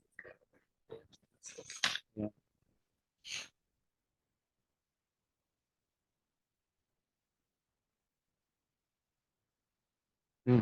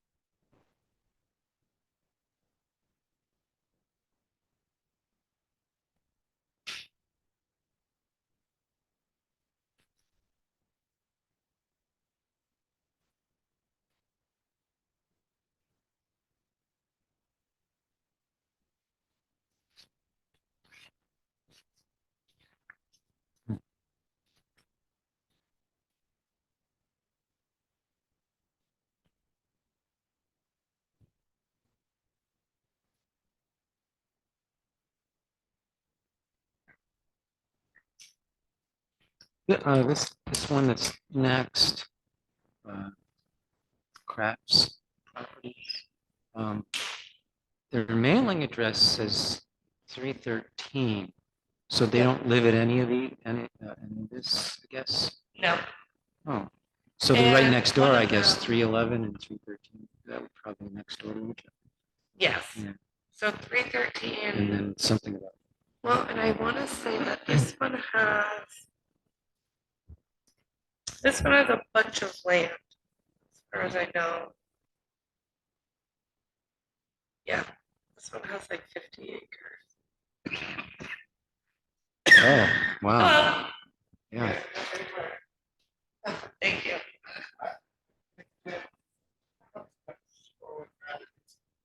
Yes.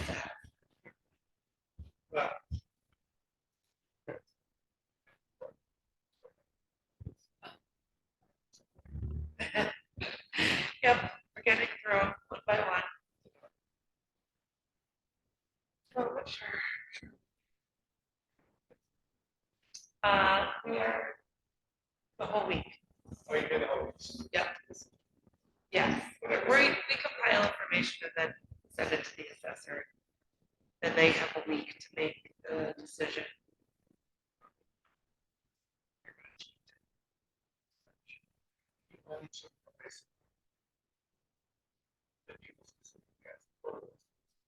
No, what it really does is it gives him a chance to take a second look at the properties and decide if they've been, this was a statistical one. So it's people coming in and sometimes it's giving details that might have been right or wrong. Yeah, just things like that.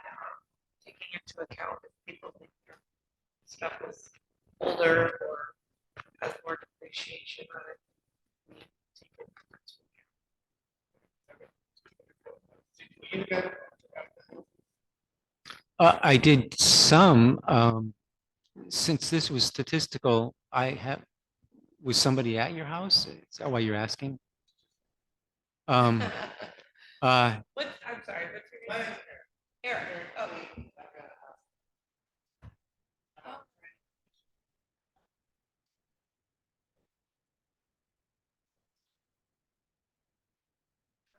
Well, I did some inspections for properties that had taken permits out. Did you take any permits out? So that's what I was doing this past, mostly in June. I did some inspections last year, which were part of, it still hadn't been determined what type of reappraisal this was going to be. So there were houses that had recently sold in 2022 and 23, I think it was. So I went to some houses then, about 30 different houses. Well, that would have been, yeah, it was almost right into, not quite into winter, but yeah, late fall. The spring. What's your house address? What's your? Oh. Oh, Larson. I know I went to a Larson. Oh, okay. Oh, you knew. Oh, okay. No, there's nobody who looks like me, except me. Did you have something built on something new, some change? No, well, nothing exterior.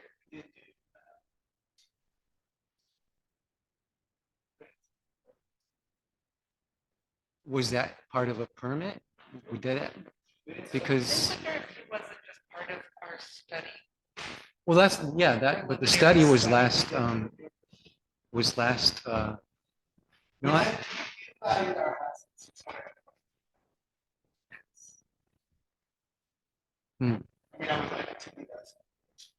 yeah, I'm trying to, I wish I could, I'll have to look it up when I get.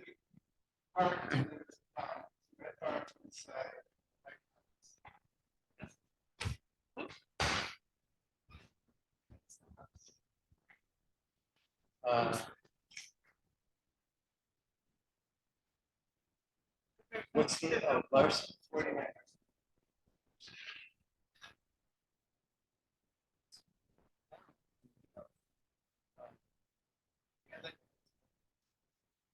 Yeah, rolling. I'm sure you're right. I just. No, but we didn't change anything. Yeah. Everything that we did was inside. Yeah, yeah. So we insulated the top here.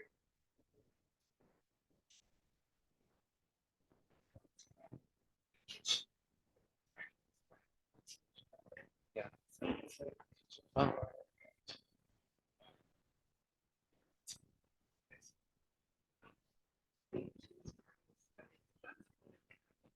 It's not, there's nothing here stating that they would have done a field check. There's no field check. Oh, there's no field check. No. I only thought that it had been part of the study, but they were deciding whether. Did you recently buy the house? I mean, That was 2020. We took a, Yeah. Uh,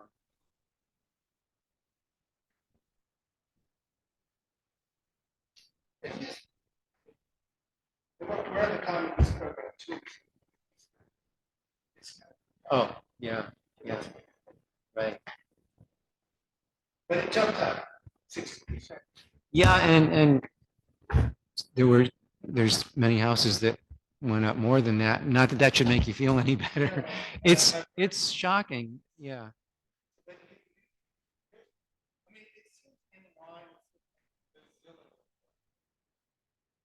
Oh, well, it can, their process is different for how they come about with their valuations. So it's, yeah, but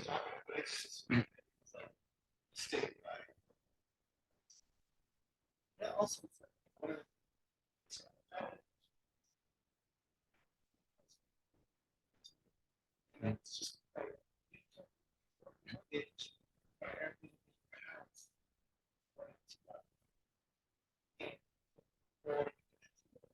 yeah, it's not a great solution. Yeah. They're gonna be able to everything. Yeah, yeah. But I'm gonna have to look up my worksheets from the places I've already been to, just to get my mind around it. Not that I have a great memory anyway, but uh, it's. I was just curious. Unless occasionally I go to the wrong house by accident or by mistake. It happens, believe it or not. And so, but I don't think that's the case here. I don't see it listed as 25. Yeah, I didn't think so.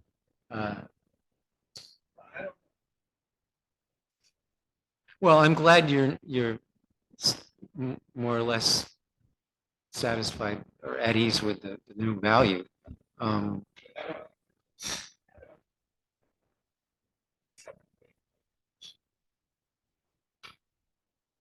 Yeah,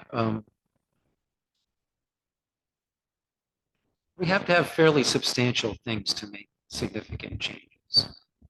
But but the other factor is we do find errors. That's another thing that we do find errors in the data for who knows why.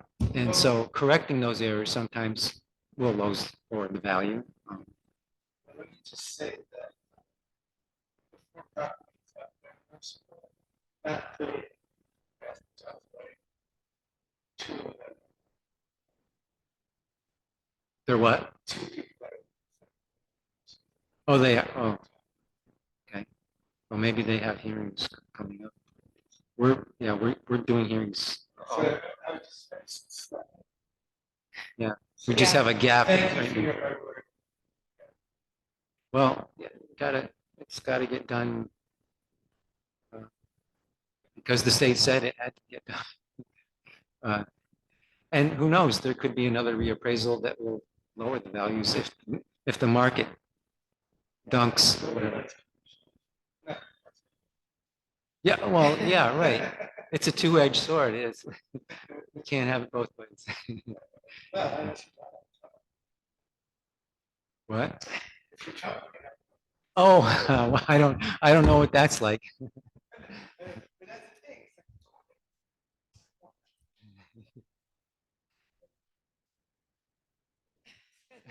Yeah. If only, yeah.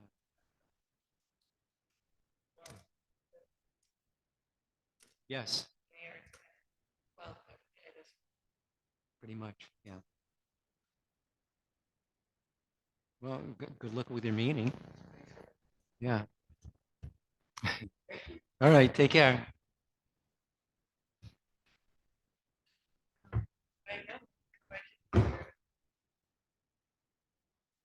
I know, I know the name Larson Road. I'm pretty sure I went to. I know, and I thought, yeah. That's the fire. And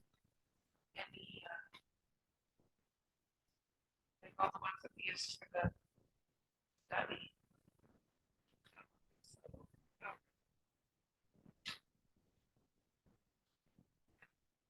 That photo didn't ring a bell. I wonder if it's how recent that is. If it's the same color or what. I'll get to the bottom of this somehow. Right. Hey,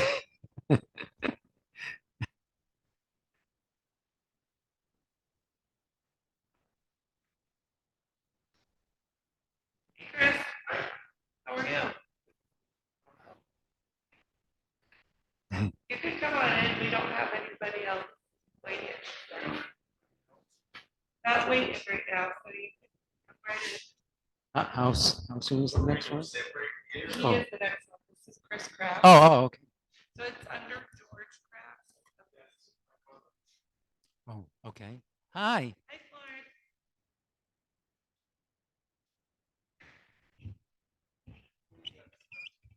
Yep. So we record all our meetings. It's a state requirement. Yep. Just letting you know. No. It's just a recording. It'll get put like on our website if people want to watch them. Yeah. Watch 8 hours of people Boring stuff. disputing. Yeah.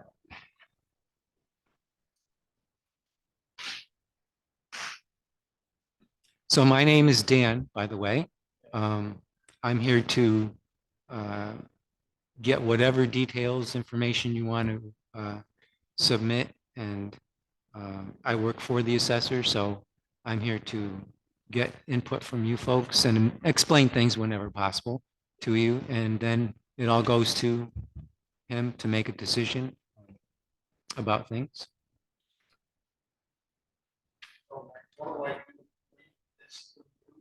Well, you can read it, or you can. I don't. You didn't already submit that as a copy, right? Okay. Well, I'd rather hear you read it or speak it. I speak.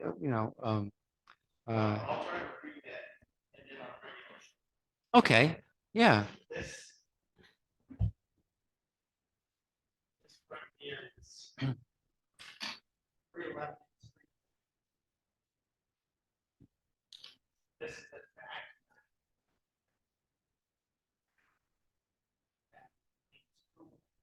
Okay.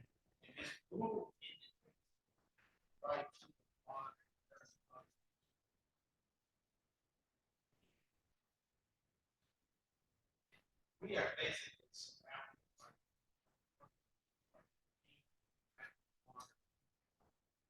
Uh-huh.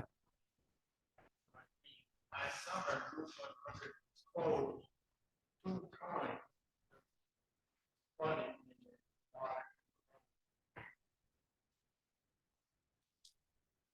In my gate.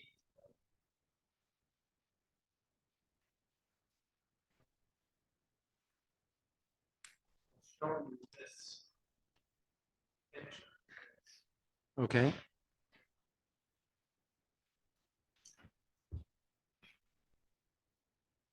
Okay. Oh, yeah. That's, yeah, that's the bridge on Route 100. I believe that's bridge number 51. Mhm. This is the river, this. Hmm. This whole hayfield floods, and where these arrows are, it goes over the road. It's property. Oh. And this right here is where the school is. And now they're building up that ball field, which is in a floodplain for some reason. Really? They're building it up there. So that's gonna. There's more water on our side of the road because it's not. Because it can't go there. Yeah. Yeah. Are you able to leave this, or can we copy it? Or- Yeah, if we can copy, Yeah. if you can get a copy of that. Yeah. You can have this one back, like I said, highlight it. Yeah, I can make a color copy, so it'll Or you look can- exactly the same. And this here is on, it's a continuous piece of land. Yeah. And Oh. the river separates us, and that's fashion, that all gets flooded too. And I mean, this hayfield there, there was white caps on it. Oh, my goodness. Wow. So, my friend, yeah, every time. Flood.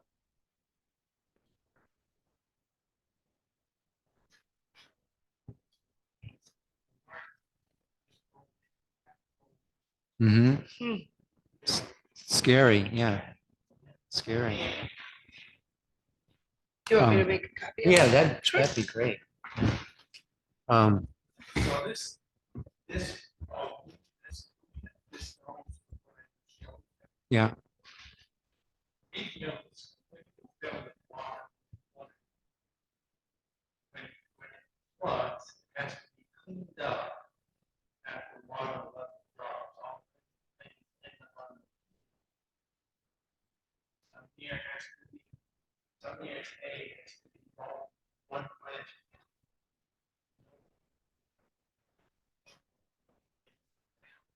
Oh.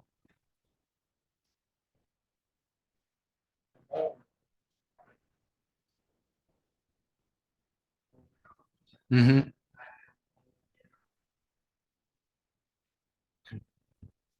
That's time consuming constant. And where I was the second crop, hay. No crop of hay at time. Thanks. And then no first crop of hay. So,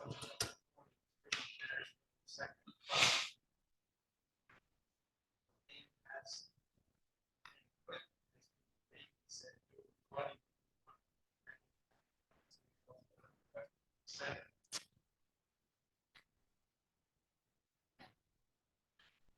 First crop.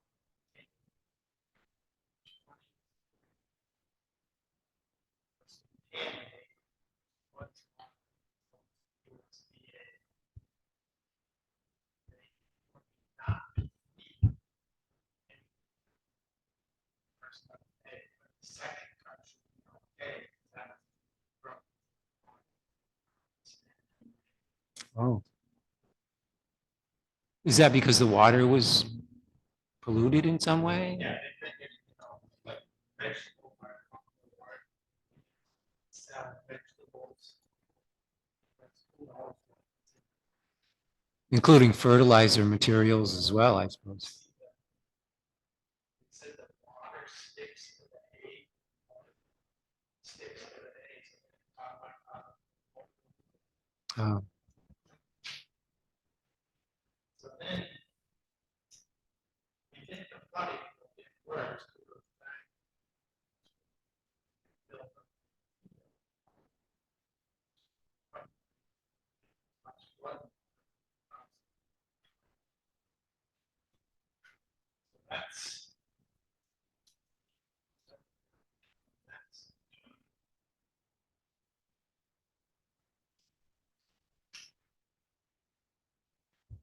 Uh-huh.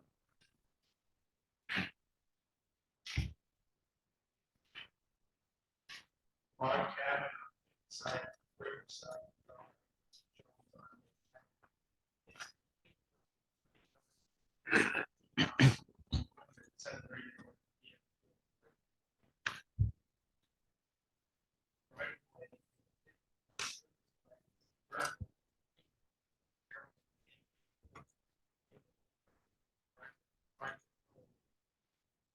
Road maintenance, winter.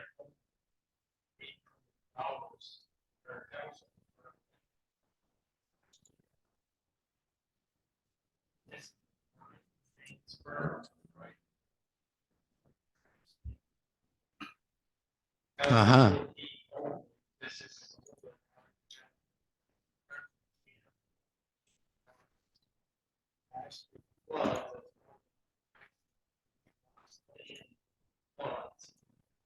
USD. Sell.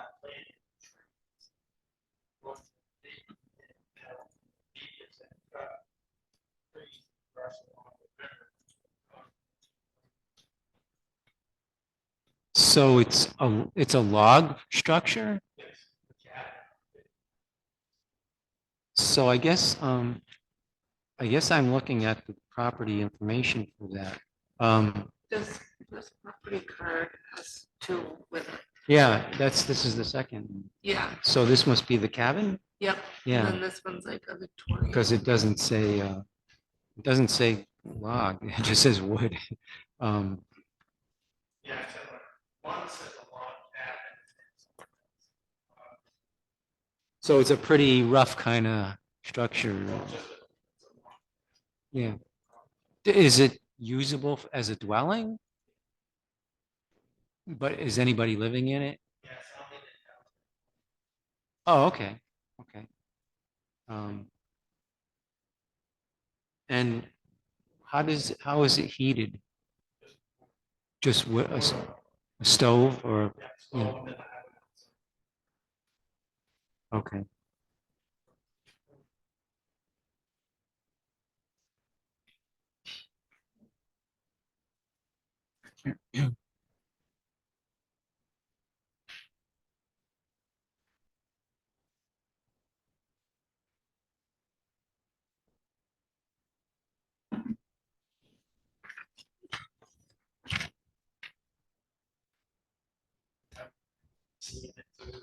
Oh, I need to get bifocals one of these days.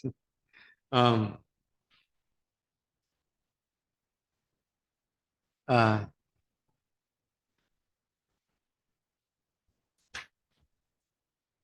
so mainly it's about the flooding that goes on, the flooding. Mm. You know, the bottom.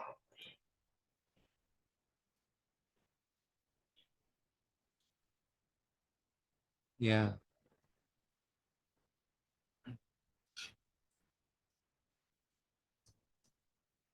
Was it before Irene, were there problems like this, or is this the result of Irene's changing the land and? Yeah, it's flooded, it's flooded.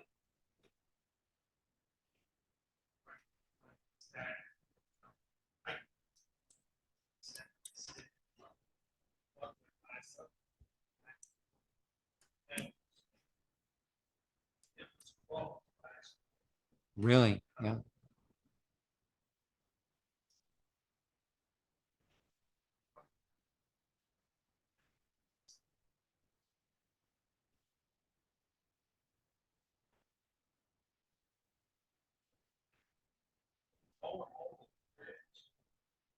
Uh, But it's not, the flooding isn't actually threatening the buildings, is it? In other words.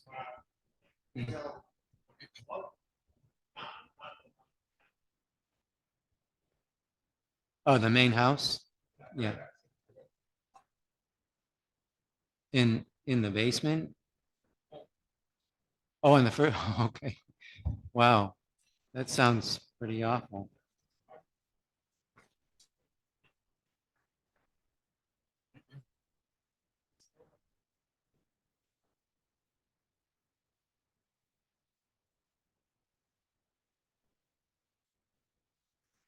It's what? Oh, really? Oh, yeah, that's not good.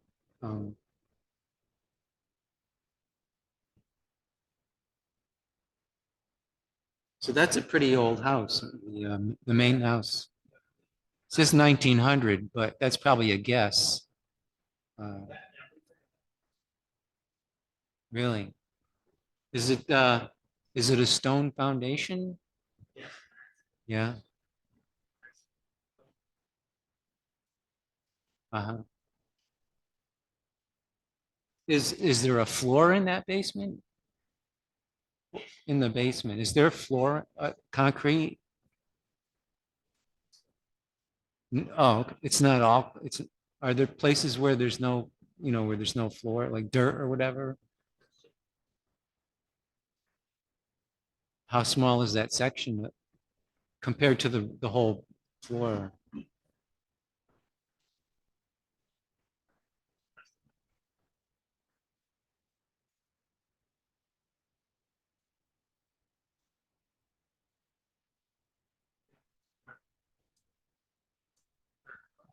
So what percentage of the floor of the basement would you say? Half and half, or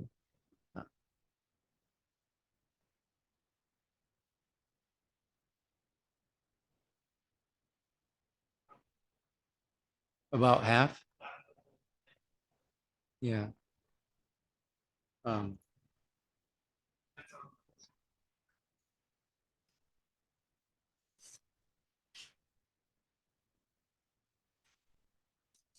uh-huh.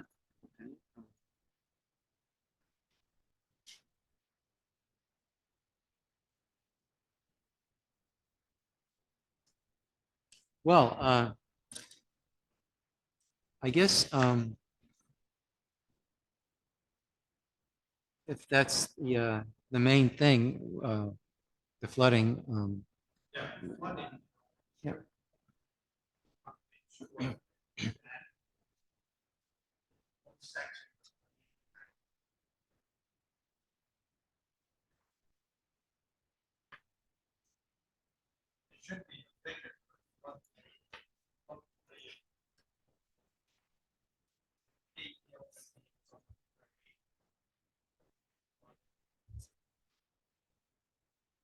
Yeah, I don't handle that. It's, yeah. Well, it's part of the excess acreage, really. It, the fields are excess acreage, so they're valued already at a pretty much less than, say, the house site itself. But there might be room for changes. So this information will go to the assessor. That would be Russ Bodwin. He's the assessor. So I pass all this information to him, and then he makes a decision. You'll get a second notice, valuation notice, in about 2.5 weeks. And that'll show what, if any, change was made to the valuation. And there's also information in case you want to seek further change for the valuation, and the notice will tell you about that. That's so it'll be just a matter of waiting to see what the result is. And no, right. Because you have to have a grand list and then a budget, and then there's always the state to school tax. Well, it's good that you came in.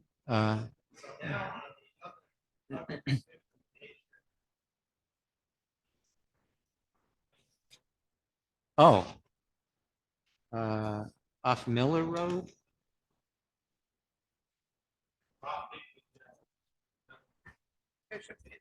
Oh, okay. This one? Oh, yeah, okay. I've got the card for that.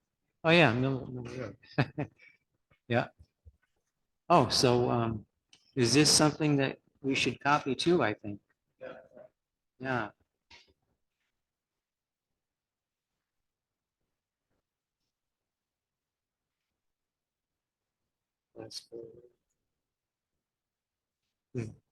Well, yeah. If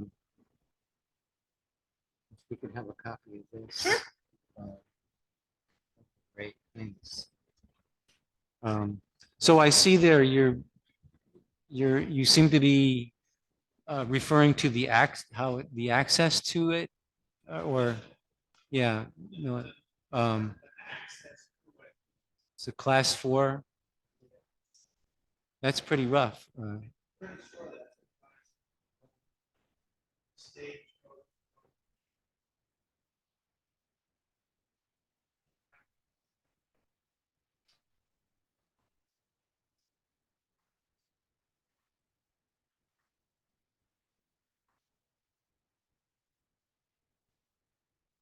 So is that land getting used for anything?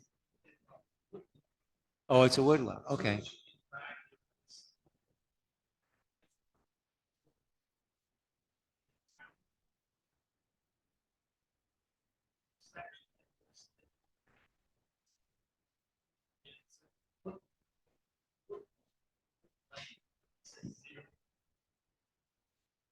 Oh, what report is that? And it's referring to your, oh,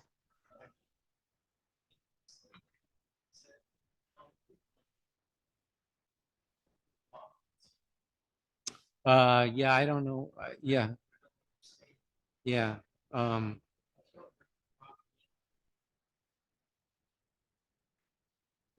oh, I'm sure you're correct about what you're seeing on it. I don't know what that would mean. So, Okay, so. for example, access to this property, they can build also stay in the hill.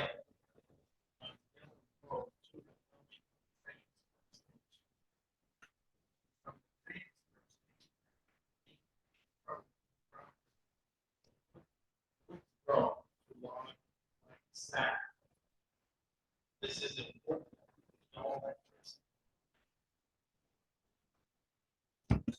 yeah. Then on the other end, old state.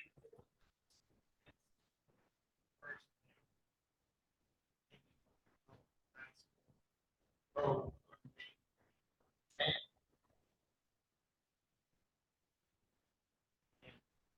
Just, you know.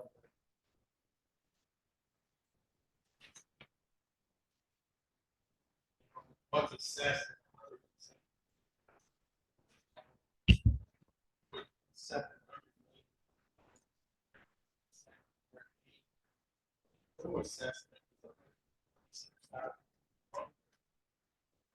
Which is 907, 496, now this.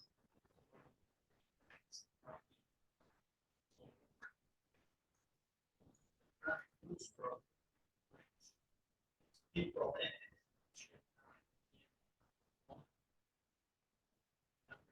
This is just an example. This is to be very useful.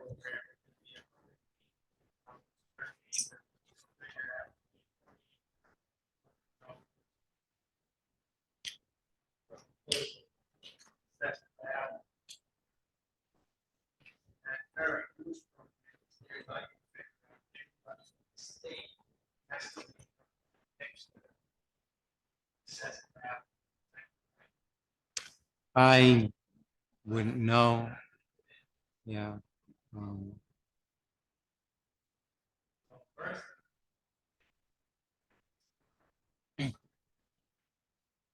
should be considered. 75,000.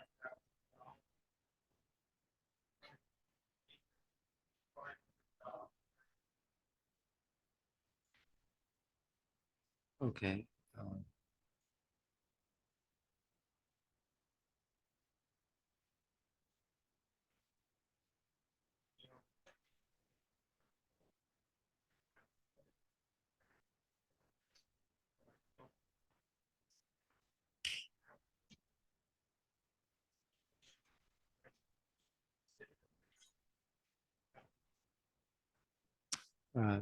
Yeah, it does have that.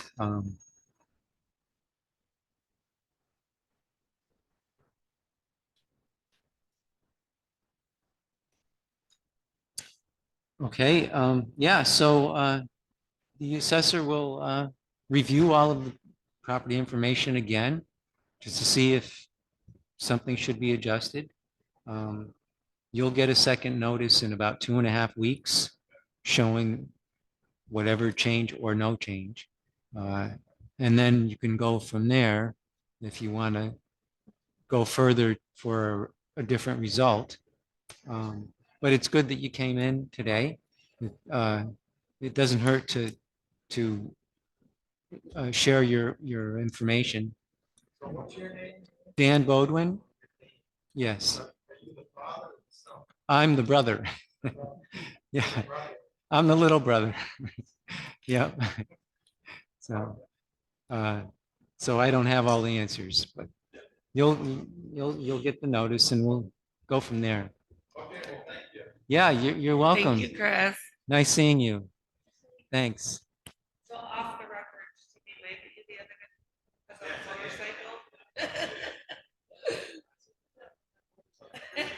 I think he probably doesn't know who it is, but. Yeah. I mean, the things are still on, but.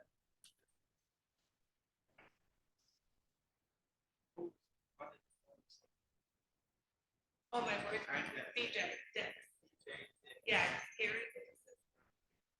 His brother's Marshall. Yep. You're welcome. Okay, bye. He's very good. He knows he's got precious cargo.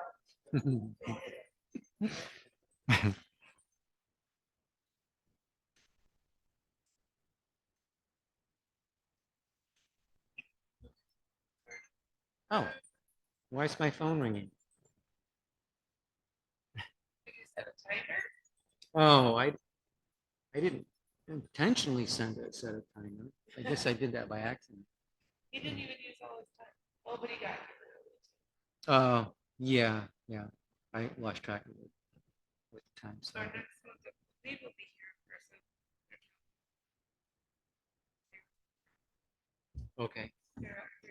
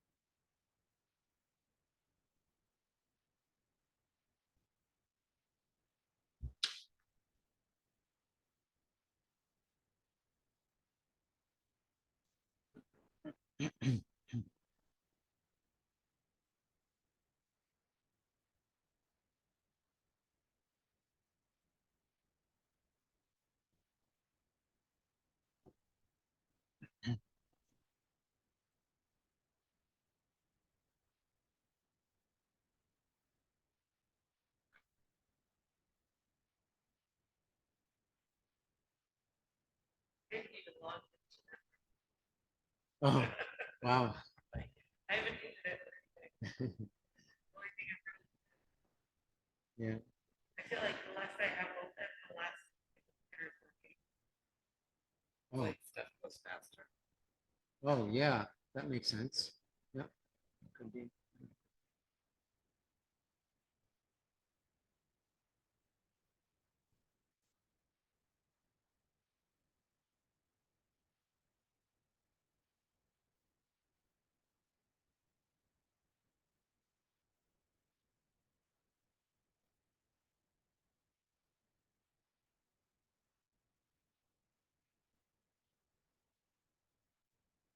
How are you? Good. Looking forward to Mark and Tamara. go by Anne Marie or? Pardon me? You go by Anne or Anne Marie? Anne. Okay. So I'm gonna actually have people just sit right there. You're our next speaker.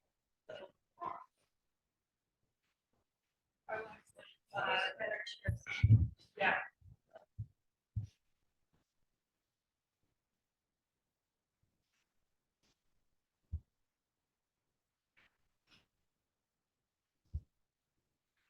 All right, so it is a recorded session just because it's part of our open meeting law for Vermont.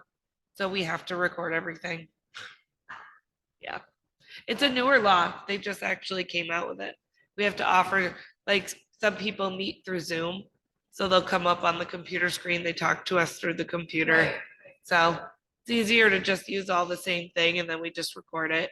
If people want to, they can watch a 5-hour day session or 8-hour day session of people grieving their taxes or their assessments, I should say. Right? I do. I get to sit through them. But at least I get to be in person. It's different. I don't have to just sit and watch a TV screen. All right. So this is Mark and Ann. They're for 13 Lila Lane. I'm Dan Bodwin, by the way. I work with and for the assessor.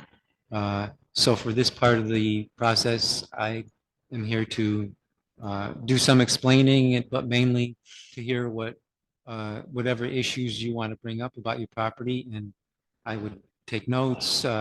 This all gets passed to the assessor to review your property, and whatever information we gather today.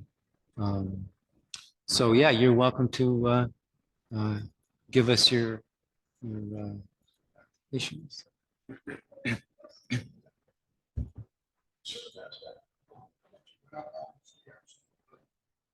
Yeah.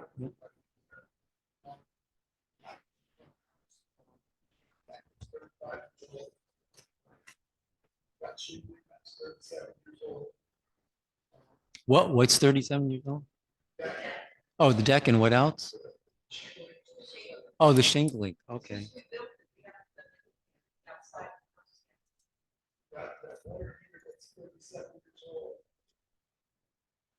So you built this house, you said? Yeah, okay. So no updates.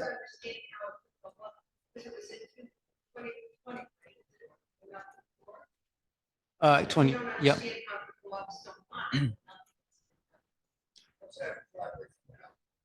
Okay. Well, actually, the driveways don't get valued in any way, but I'm sure it's difficult to deal with. The change is due to sales, but I'll explain briefly a little bit about how the sales were created. The state requires the towns to use all of the valid sales from 2023, going back in time from March 31st of this year, going back 3 years, and using the sales from those 3 years. So it isn't all just because of COVID. It's the changes over the past year are separated from that time period by like 3 years. So all of those sales are used to give the assessor a place to start with to create the new values. And he does that using a computer software system that the state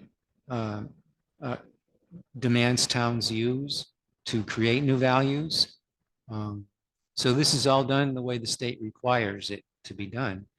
And so it ends up with a statistical analysis that creates these new values, and the assessor, once those are created in the computer, reviews those values to see if they seem correct.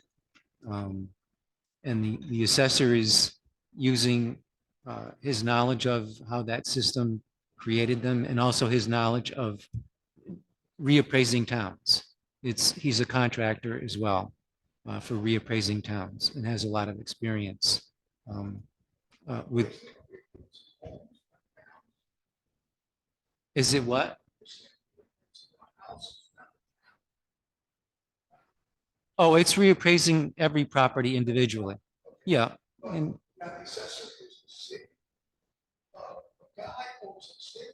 okay, let me explain then. Previously, towns in Vermont had 3 listers. I don't know if you've heard of the listers. They were 3 people who would be elected individually by voting, and they were the ones who got to create the values by inspecting properties and then calculating what their value should be. Even before there were computers, they had listers. Right.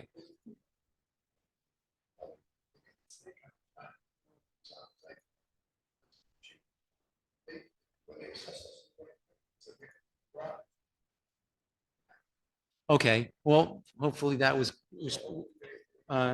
yeah, there's no garage on here now. So the listers were eliminated in 2023, I believe it was.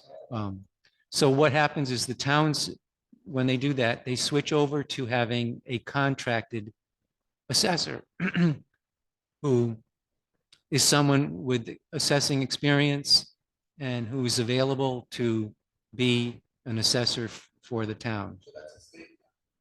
No, it's an individual. They can go out and post requests for to have people who want to be.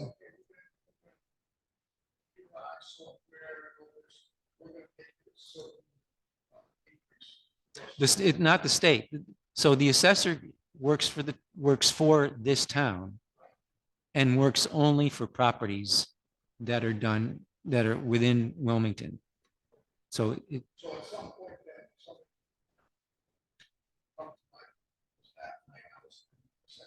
well, that's when there's a physical inspection. Not every reappraisal is physical. This one was not physical. It was a reappraisal that the state decided the town had to do statistically because the market had changed so much since 2020. So there were not visits to the properties. So they used the data that's already in the computer from all the previous reappraisals, use that data, and then combined with the sales that occurred in that 3-year period. And that will create new values for everybody's property. The sales is what made it go up. And actually, there's a whole range of increases. No, they're just any kind of sale. They're just any sale at all. It doesn't.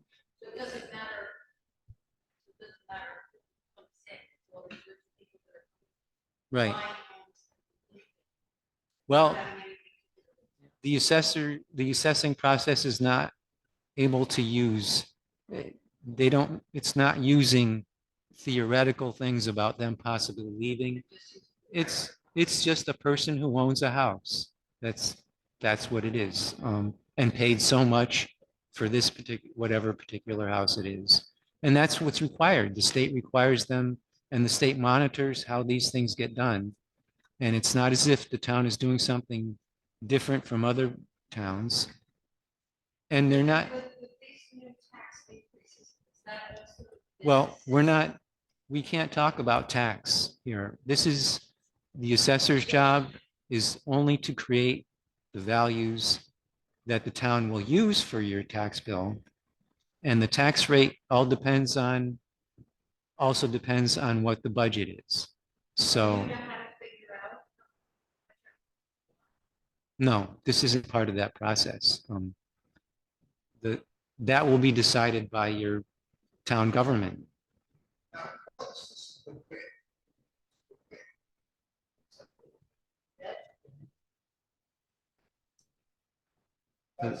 so much for $1,000. Oh, the mill rate. Yes. Yeah, yeah. So when the tax rate goes up, doesn't the mill rate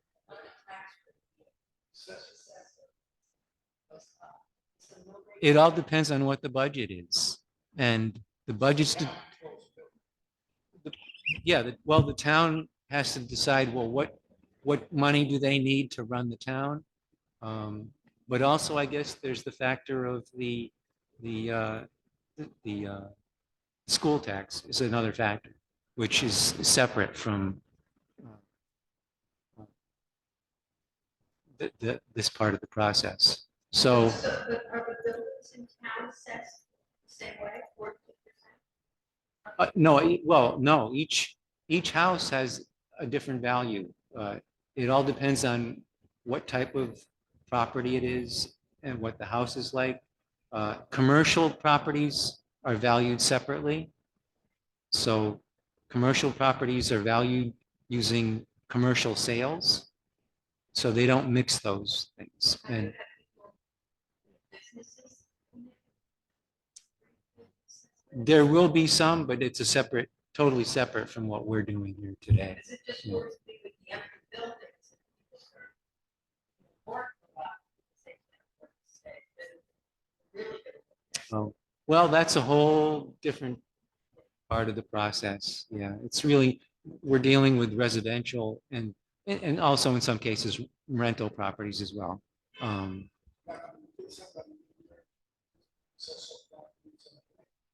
To reassess your property? No, actually, you can, I'll explain that when we're done with our discussion, this information will go to the assessor and he will be reviewing your property information along with whatever you may have brought forward for this, from this hearing, and decide if there should be a change or not. You will get a second notice, which will show what, if any, change took place with your valuation. When you get that notice, which will be in about 2.5 weeks, you will then, the notice will describe that there are further steps you can go to in order to get a different change or some change. So that notice would be the next after. Yes, it is, exactly. So it would just be a matter of having to wait for that notice. Yeah, it'll look very similar, and it will show whether there was a change from the original value. So there were the range of changes for different houses varies greatly. Some were much less than your change, some were a lot more than your change. But it all depends on that your particular house and how it fits in with everything else. Yeah, it's good that you came in, and you know, we want to hear what people have to say about their property. So the next reappraisal at some point will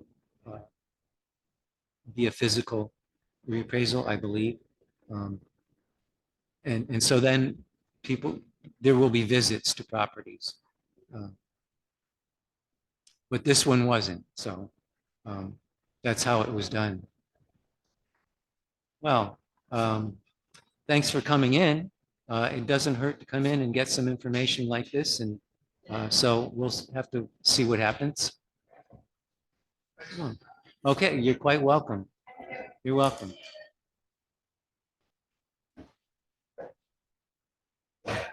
Have a good afternoon.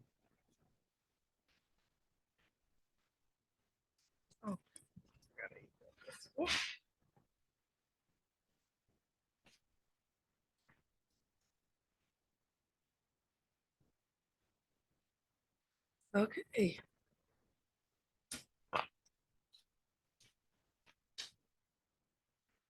They didn't even use all their time. What? They didn't use all their time. Oh. I'm pretty sure I saw our next one is already here.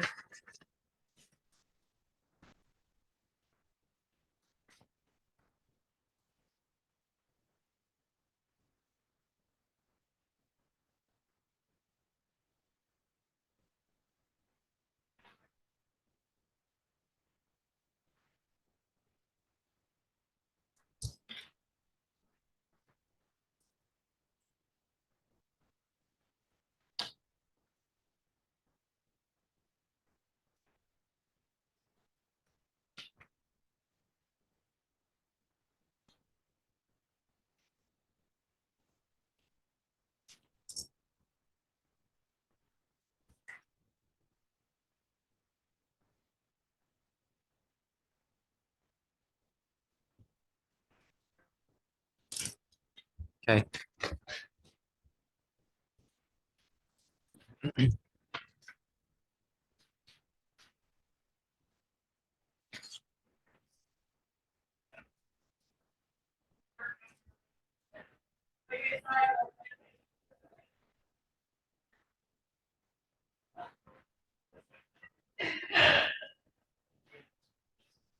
Yeah.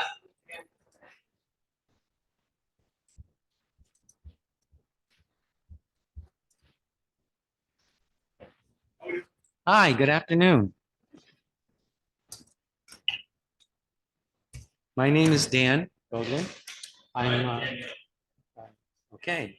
I work for the assessor, so I'm here to hear your issues and also to explain whatever I can explain to you if necessary, and give that all to the assessor at some point.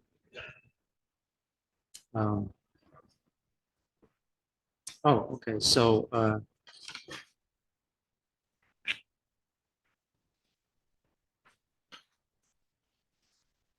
so this is a commercial property. Is that the thing? We're at a antique shop in the barn Oh, yeah, I think I, yeah. and also a few apartments.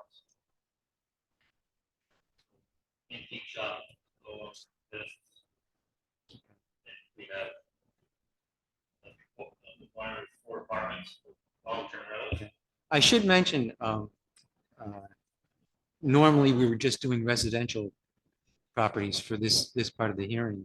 And the assessor would be, normally he would carry out hearings with commercial properties. But since we have an appointment set up for you already, you're welcome to, you can get something done here, and he may, well, he probably would eventually get in touch with you. So we will want your contact, your phone number or whatever at some point to do that. So, okay, so sorry to interrupt. Yeah. So essentially, the house is not really commercial. Right? It's residential. Yeah. So it's commercial zone Yeah. area. Okay. And the reason it's commercial is then they had a store there. That's the only thing that was commercial about it, except for the rental part? Yeah, okay. So I do have commercial insurance on it, right? Just because the town, this whole thing is a little bit excessive. Yeah, We're not doing any commercial. all right. We bought it 2 years ago, last July. Oh, okay. We have tenants that we had.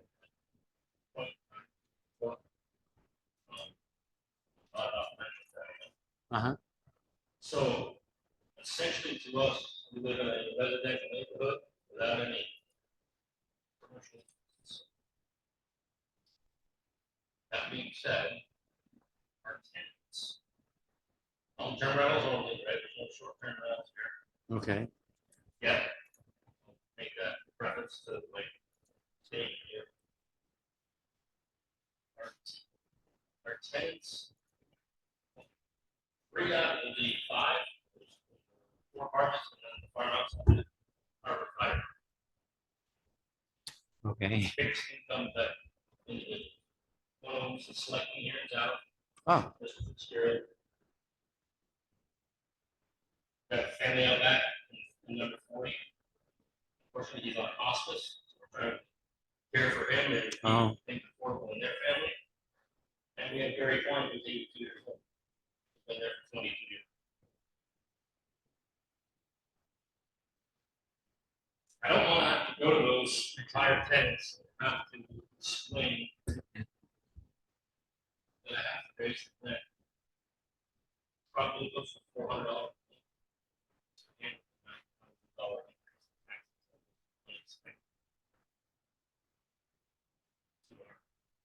Living expenses. Of course, we would absorb some as well, but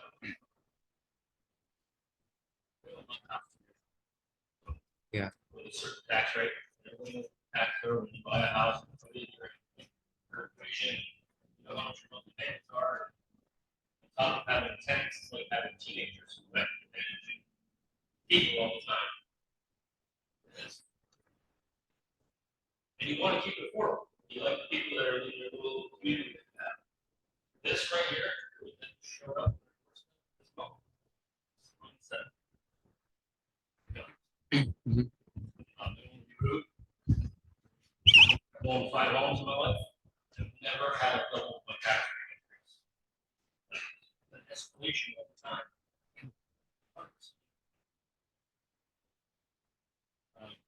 I just have a problem swallowing that and then have for me to go to our tenants. And this town struggles with long-term rentals. They struggle with that. We've been in this building, this room, discussing that. And I've even spoke here that the town doesn't do anything or then wants to have long-term rentals. There's no incentive. But people down on people short-term. We have one in Dover that had it for 5 years. How I came to Vermont. Taxes go up, $100 a month. That's $100 a month, $1,200 a year. Understand? $9,000 increase.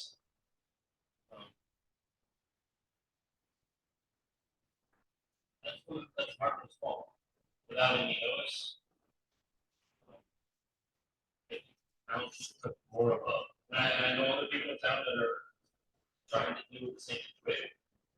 Township took a different approach and an escalating situation on the taxes. A certain percentage of the time versus potentially penalizing people for being in the town.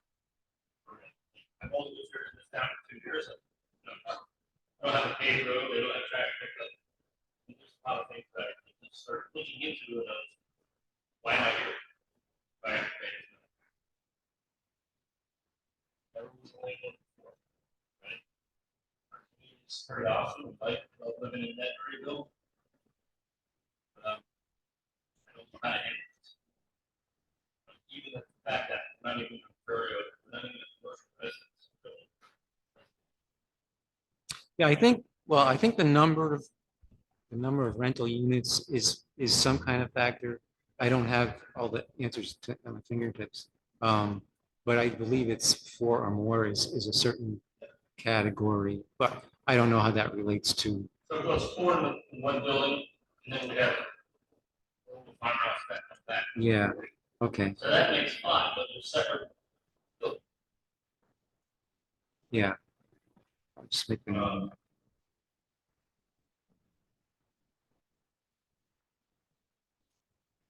one point, money had 2 floors in an antique store. I can understand. Business out there. Yeah, Besides that point,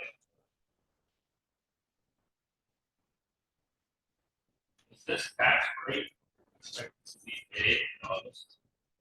We have another tax rate. yeah. There's no tax rate yet either. That hasn't been decided yet. As far as when you'll get billed, it's. This is I have to pay $18,900 tax. Oh,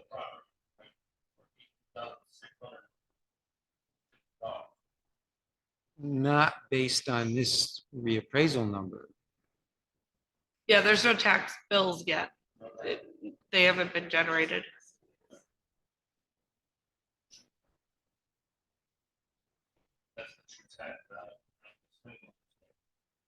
Oh, okay, yeah, it's that's what they label as true tax value. So what happens is once we get through the grievance process, our final numbers get sent to the state. The state comes back to us with their rates, and then we're able to set ours. And then we produce and send out tax bills. And the day that we send out the bills, the first due date wouldn't be until 30 days after that. So yeah, it'll be late this year, right? Well, if it kept the same rate, it'll essentially double. 80,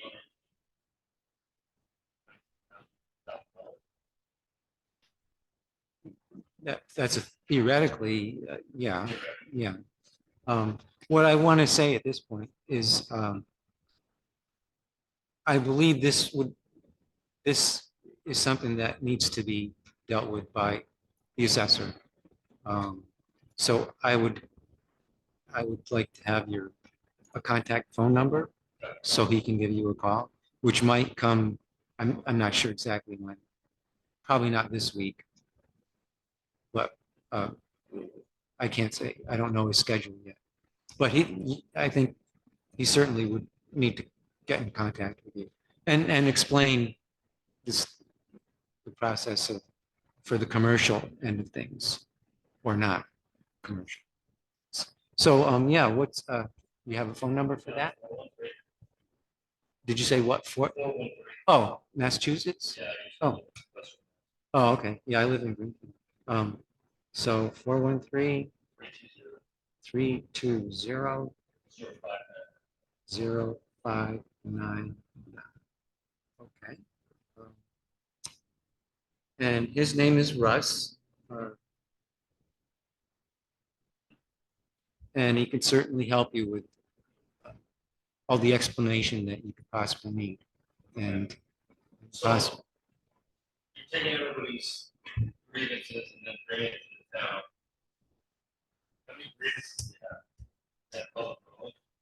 Oh, Yeah, I mean, we're getting approximately. close to 200.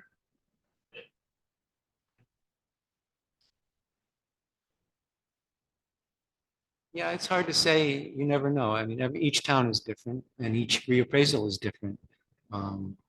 So, and each property changes based on its characteristics. So there's quite a range of increases across the board for all the properties, different properties in town. But this is certainly fairly, not exactly unique, but it's a different situation for you folks to have what used to be a business on the property and it doesn't anymore.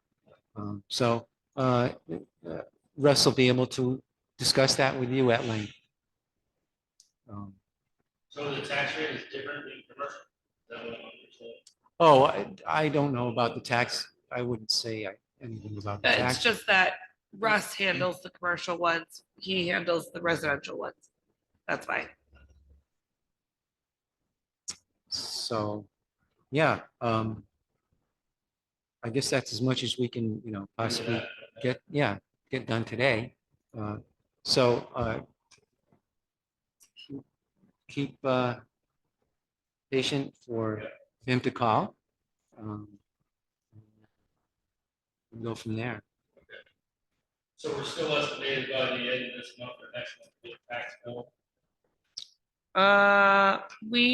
So by statute, we finish grievance, then we have 7 days to do the results from grievance. We send those out, which you'll get one, and it'll show like your next steps if you wanted to appeal further.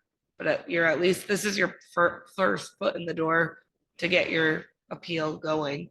And then from then, we're able to submit our final grand list up to the state. Once we do that, they come back to us with rates, then we can set our rates. So we're looking at well into August before we probably produce bills.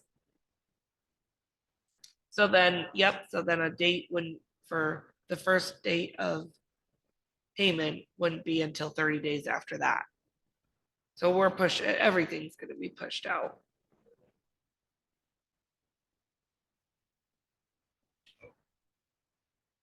Well, thanks for coming, and good luck with everything. All right, take care. Bye.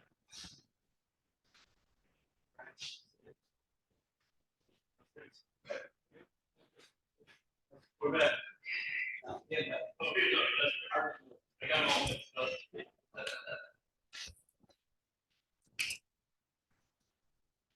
Oh, thank you.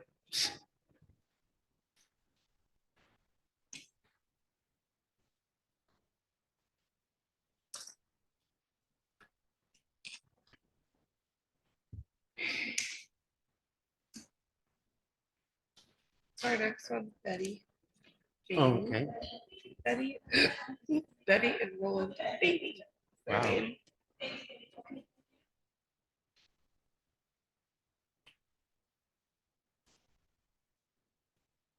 And it looks, like- I'm wondering if that microphone is either not on.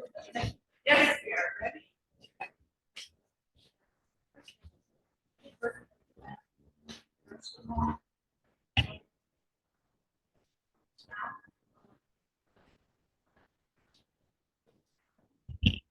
Because city water, town water, town sewer. Still assess that rate, yes. Oh, well, I inadvertently, but often. no problem. Yeah.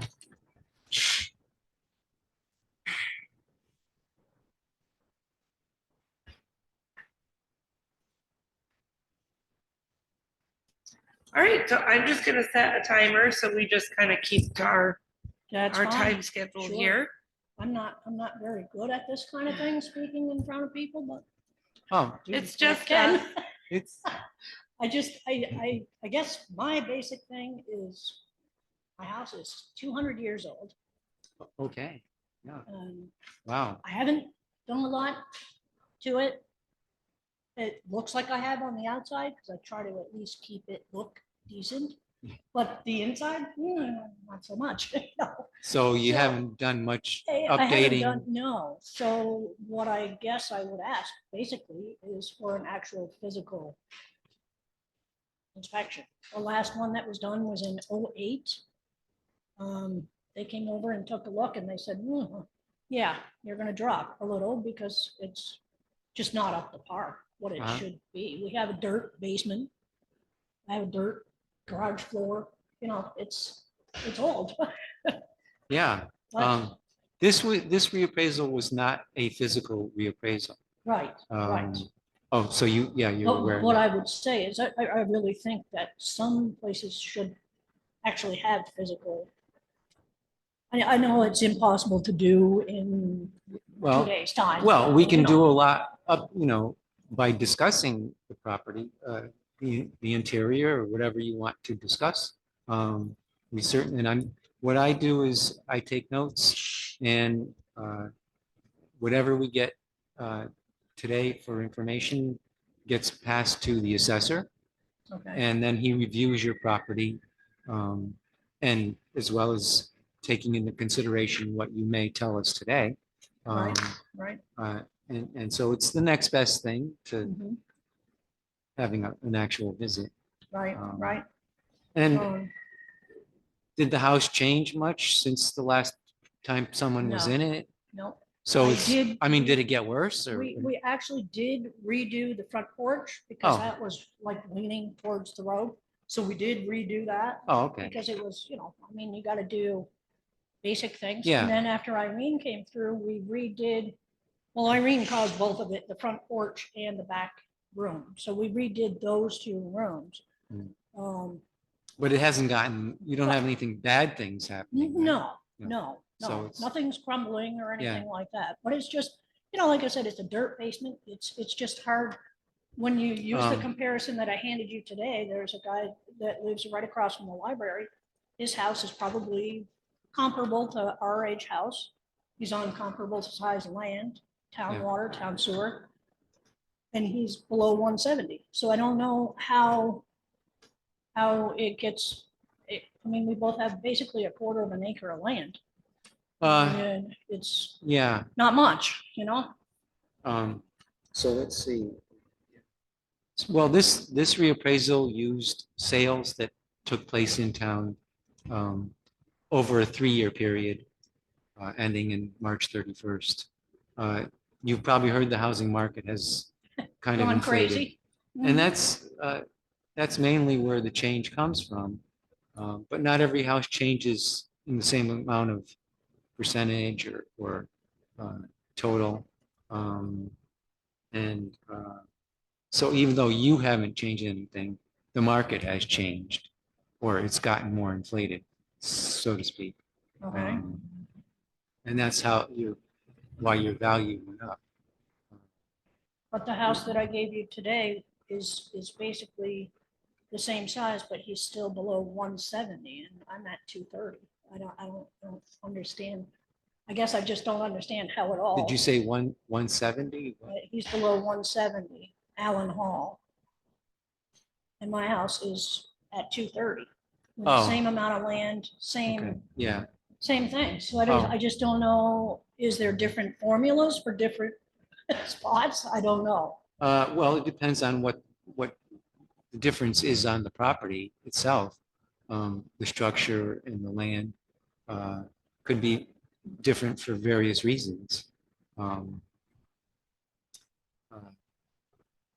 But I wanted to ask, you said the basement has a dirt floor? Yes, How much basement is dirt? it's the whole basement The is whole dirt. basement? Yeah. Can you stand up in it? No, only at the bottom of the stairs. After that, you're down like this. Oh, To okay, go, because there's the floor yeah. and then there's Oh, okay. piping. They're so you're- actually saying, they're saying there's no s- there's no height enough height to call it a basement.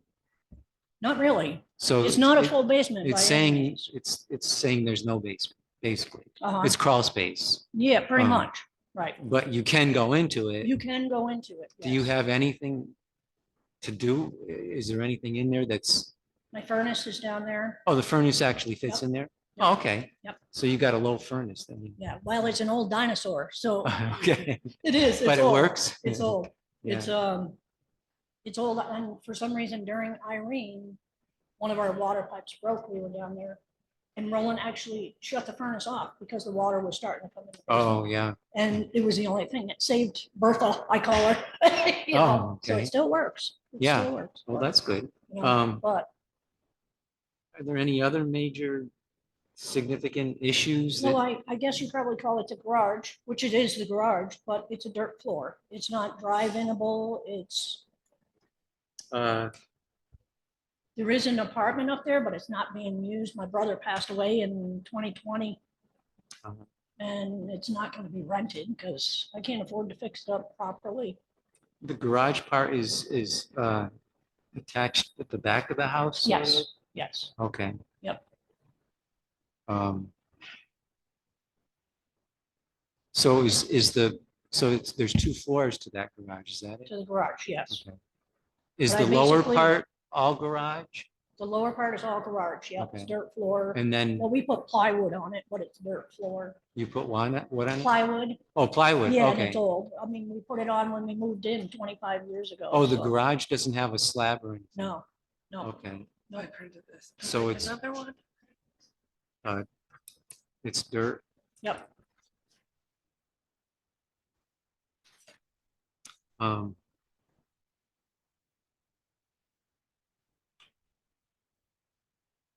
And so the upper part, what's, It's a one room with a bathroom. oh, Like I said, my brother stayed there, but he passed away. And that's it? Just one room with a That's it. bathroom? Yep. Oh, so it's not an apartment? Not really. No. No. He stayed there because it was his own little space. So he Yeah, could, yeah. you know, but Is it a typical bathroom, a sink, a toilet, and a shower? sink, toilet, shower. Yeah. Yeah, it's a 3/4 bathroom, Okay. not a full bathroom. Yep. Yeah, they don't use the 3/4 anymore. It's just, It's just it's either a full bath can be 3 fixtures or it can be 4 fixtures, it can Oh, be 5 okay. fixtures. Yep. Depends on if there's like an extra sink or a separate shower and tub, Oh, I see. something like that. But Yep. that's just a basic bath. Basic bathroom. Yeah. Yep. And it's old. I mean, there's been no upgrades to that. And How is that heated? Does it have that way to yeah, heat? right now it would only have electric. Oh, okay. So that's it.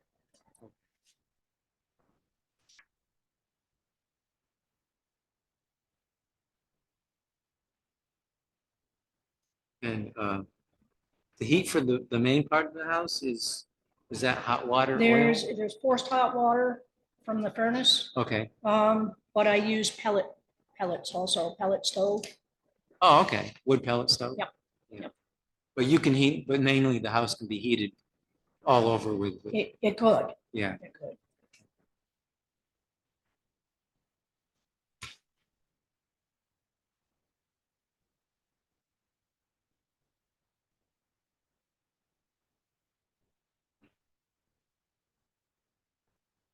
And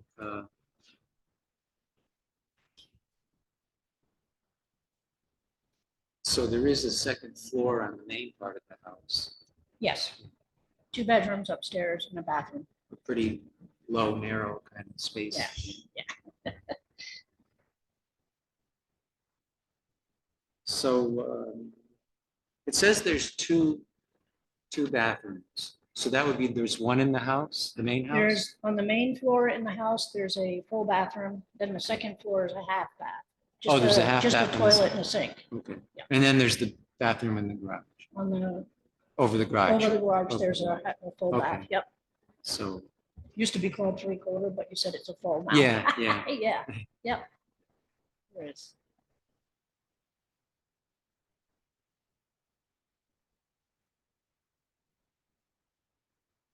Oh, okay.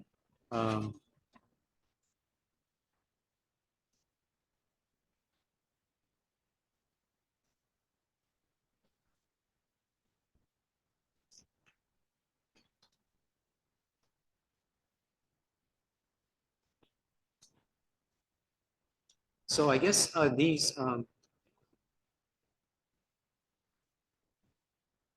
these notices you have for comparing. Mhm.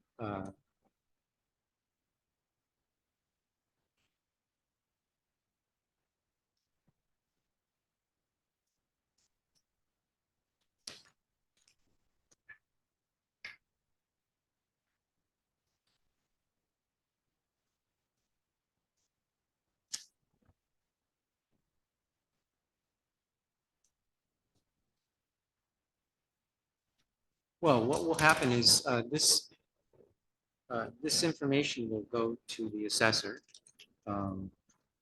including the copies of this, Okay, for him to review and review your whole property value. okay, And you'll get a second notice about 2.5 weeks from now to show whether there was any change, or even if there was no change, you'll get a notice showing that. And at that point, if you feel that you still should get some other more resolution to your valuation, the notice will tell you about other options that you can take advantage of. okay, To go before other people to make a decision. okay, But there's something to go on here for now all right. that seems relevant. And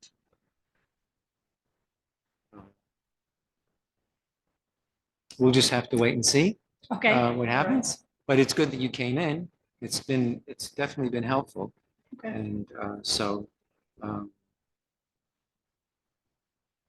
I said, it'll be about 2.5 weeks okay, for that notice to come.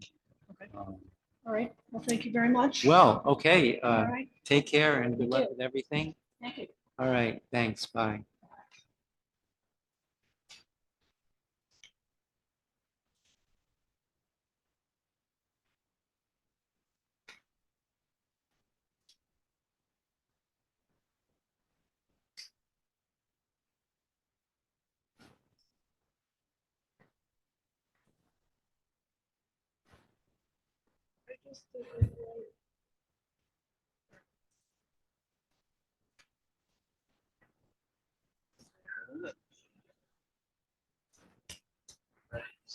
All right, yes, you can come on up.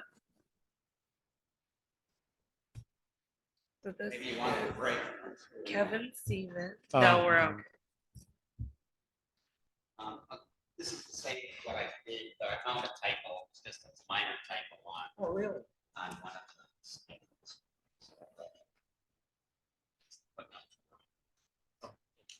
Minor thing. Yeah.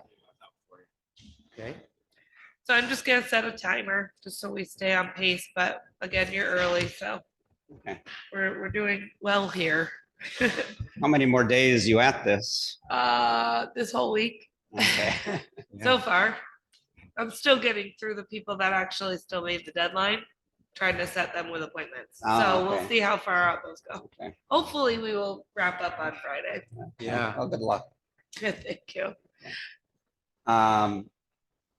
Okay, well, thanks for hearing my grievance again, Kevin Seaman.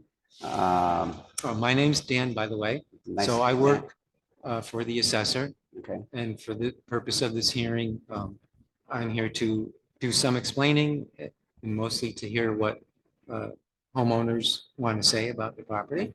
And I take notes, and these things go to the assessor to review your property. okay. So Yeah. before you completely start, I just wanted, I know you said it looks like your wife was gonna try Yeah, and join. she's not gonna. be Okay, able to. I just She's wanted not to where- make sure, because She I know doesn't, we're she doesn't have a early. good signal where she's at. so Okay, okay.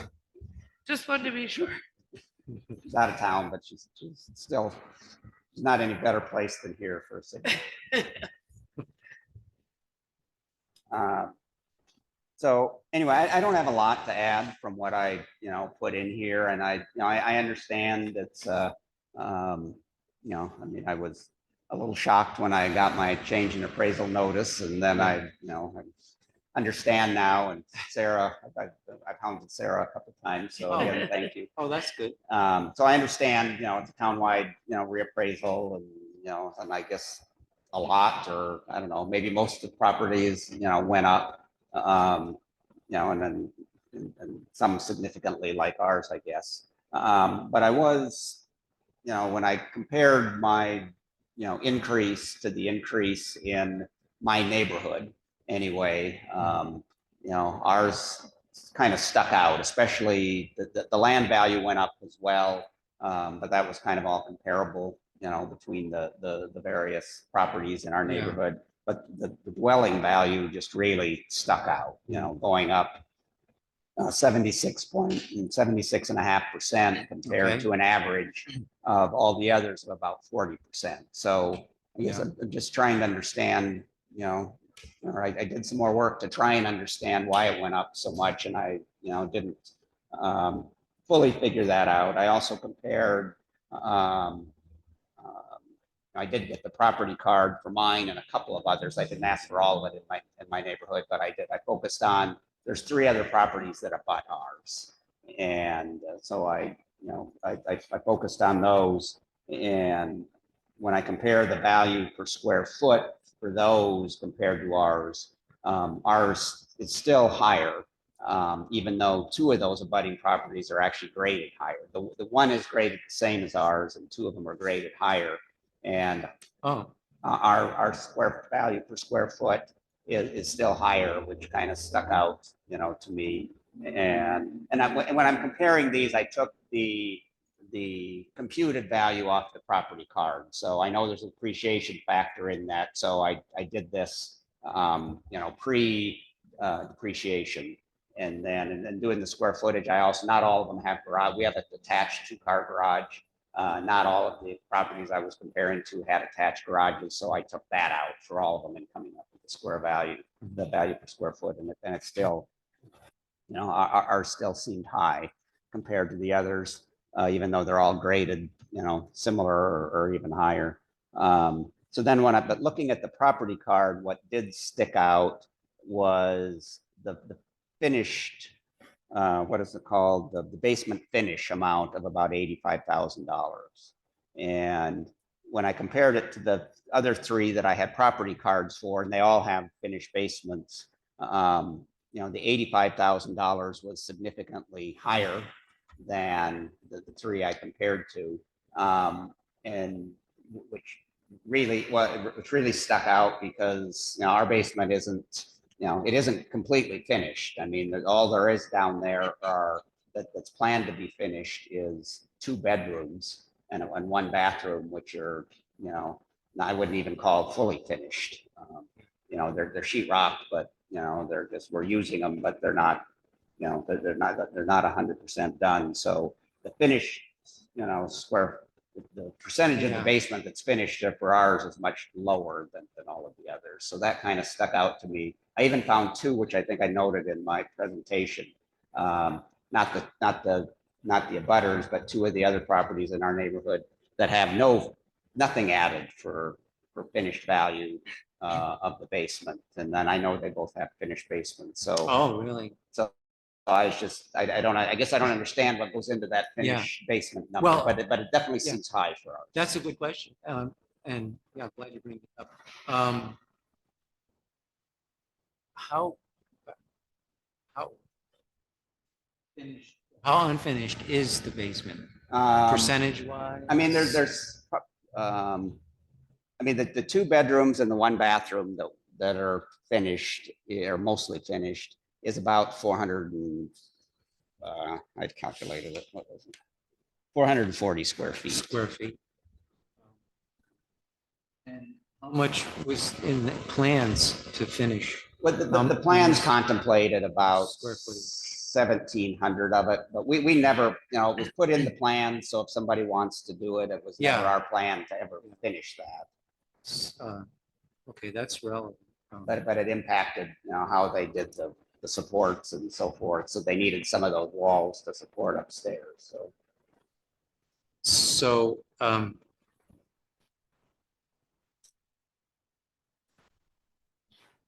the initial plans to And sketch into the yeah, computer. and I pointed that out, you know, in the past. Yeah, I think- When I met with the listers, and I might have met with you last year too. I can't remember. Yeah, I can't remember I if we was did starting last to year. or not. remember that, yeah. Yeah, so it Um, seemed to, so it was taken, it's been taken out and now it's gotten added back in. So. Yeah, And I put some pictures. I Oh, included okay. a couple pictures. so the initial sketch or plan, I guess it looked like it looked like almost identical to the first floor base area. It is the same area, but a big part, like most of the back part, was never planned to be finished. Yeah, And so it looks like that was. yeah, right. Or was like. Right. So that's pretty simple. And so that would be. So you feel somewhere around 7. That was what was, Original plan? that was the original plan amount, but we're not even finishing all of that. So the two bedrooms and the bathroom are 440 square feet. So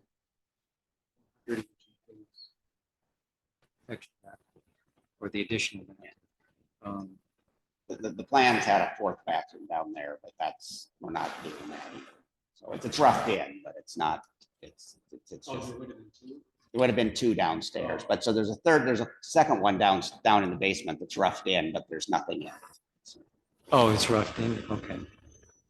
So it might be finished eventually, it might be. well, used not up. while we live there, but you know, if somebody wants it someday. Oh, okay, it's just there, yeah. Because you don't need it. Yeah. The architect suggested we have this stuff available. That makes If anybody- sense. if anybody Yeah. wants Yeah. How many fixtures in that bathroom? The first, The finished one, a shower, a sink, and a toilet. Just okay. Yeah, that's all.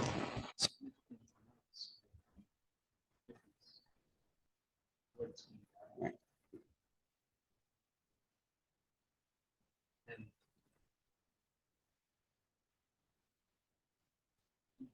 Plan to finish. Not currently. Not currently.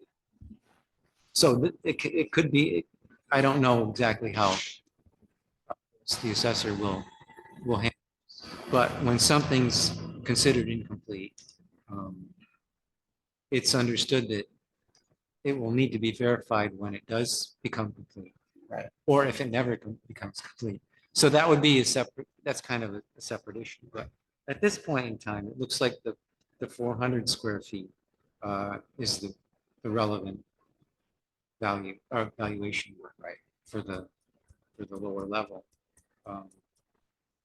And There is heat down there, I suppose, There is heat. from the main furnace. There's no air conditioning down there, but Okay. there is heat. There is heat. And I guess the heat is, oh, it's radiant heat It's radiant heat in the floor down in there. the floor? Okay. So it kind of provides heat for upstairs too. Oh, right, it kind of grabbed. Yeah. Yeah. Well, yeah, that's important.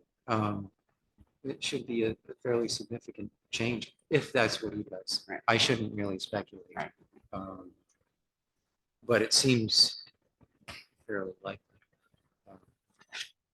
So other than that, I'm wondering, the other properties, the ones that you were looking at, are they newer or older houses than yours? I mean, the whole development has been, all the houses there are less than 20 years. Yeah, because your house is fairly new. Yeah, there's about 4 of them that have been done in the last 5 or 6 years. And ours is one of those. That's part of the difference. Well, that's why I tried to compare the value before depreciation, though, when I was looking at the square footage. So, But yeah, would that impact the increase too? well, it would be a combination of all those factors, but it certainly makes a significant difference. Like 222 Old Mill Lane was built around, we were building at the same time. They were a little bit ahead of us. Oh, okay. But, Yeah. their dwelling only went up 19% and ours went up 76%. Yeah. Well, that, and I don't have anything that the assessor basically has to use his knowledge. Add to so what happens? Well, I did have one other thing I wanted to point Oh, out. yeah, I mean, go ahead. it's in what I put in. Oh, yeah.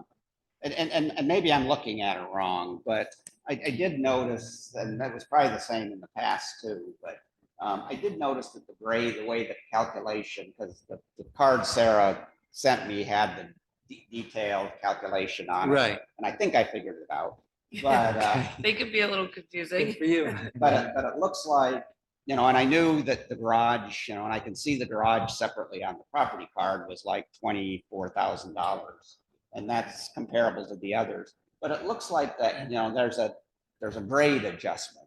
That's the quality of construction and so on. Yeah, so that was applied to the garage as well. And I don't know, that doesn't make sense to me, I guess, especially, I mean, our garage, it's an attached garage, but the inside of it's unfinished. I mean, it's not even insulated. It's not sheetrock. It's just raw stud. So It is getting calculated based on a different rate per square foot. right. It's No, and unfinished. I see Right. that, but the Yeah. grade adjustment, this doesn't make sense. Generally, it's all lumped together. If it was a detached garage, that would be different. In other words, it wouldn't necessarily be considered the same age and the same quality. So a basic it's not on the inside. I couldn't say more about that, I guess. But And then I had 2 other questions, I guess, not that I Sure. didn't have in here. But on the grade again, I mean, is there any, I've asked this of the listers a few years ago and I never really got an answer. okay. But is there some to determine the grade? I mean, I can see from these calculations that the grade makes quite a difference in the valuation. Is there any Yeah. guidelines on what the different well- grades are? Like my next door neighbor, is graded the same as mine. And our house is nice, but I don't have some of the things, like custom cabinets and so forth that they have. So I haven't raised the grade as an issue, but it would be nice to understand how the grade's determined. It's not as arbitrary as you might think. Software that's used for values needs information based on materials, sort of the way an insurance company Right. calculates replacement value. So some information comes from that. So it's not exactly black and white, but there are statistics that are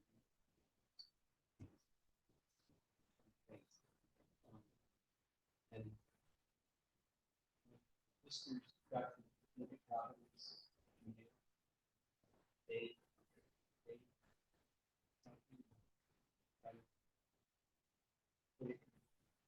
where it should be relative.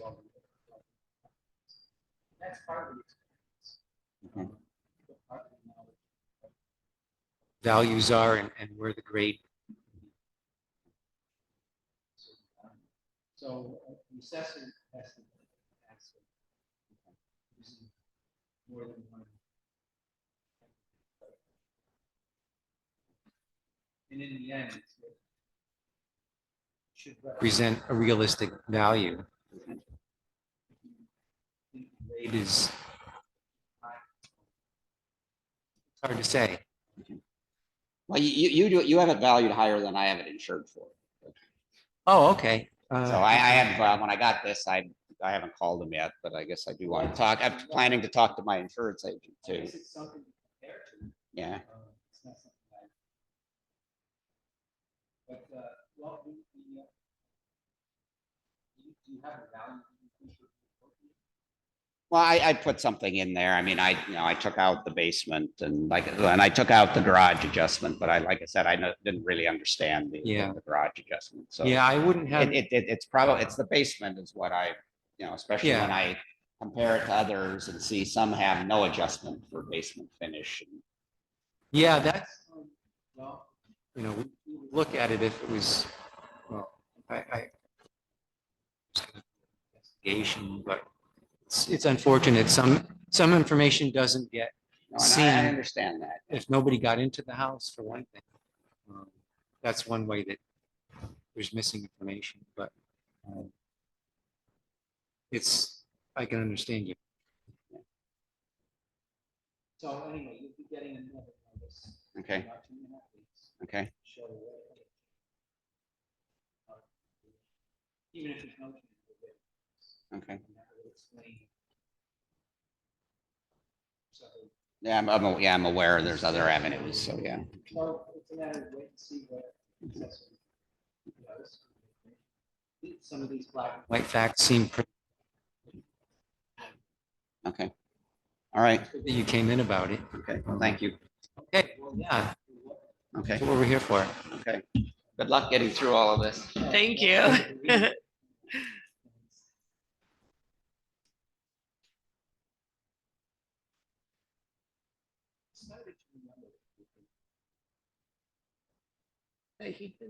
Yeah. Oh, okay. I hear you, Laura. Come on in. A bit, didn't we? A little bit, but he wasn't even, he should have been done. She's 4:15. So Oh, okay. we're like well on time today. This is perfect. Yeah. Hope more days go like this. Hello. Nice to meet you. Hi, my name is Dan, by the way. I work with the assessor. So whatever happens here today, I transmit to him. Okay.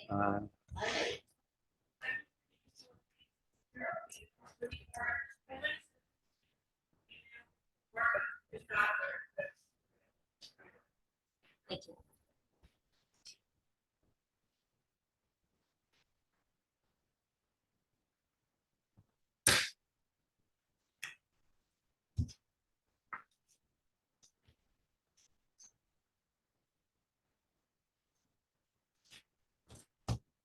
Well, actually, this is not me. I mean, it is me, but it's my sister's. Oh, I see. You're here for your sister? No, I'm not here. This is actually my sister's. I know I'm on it. We have the lady where it makes everything. That's Okay. makes everything difficult. Well, I'm sure you can straighten it out for us. Rachel Road is actually my sister's primary. Oh, and I have you right here, 29 Mountain View. I'm not sure. Okay, so let me print the right one. I'm sorry about that. No, no, no. I have the white one It doesn't matter. written down. It's my I sister. just printed the wrong one. That's okay. I didn't look at the address. Are you the first person on your property? Yes, Is I it? am. Okay. Oh, here we are. Okay. Yeah. Oh, okay. Yes. My son Blake should be on it. Okay. I'll take these ones This back. one? These are the wrong ones. Nope, that's Oh. our next one. Oh, oh, Laura Winter. oh. Take that back.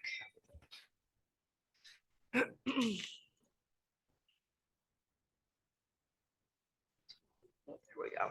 Okay. Wrong ones. Maybe. This is actually maybe easier what I did. I actually think this is great. With what we came up with. Mostly it's just.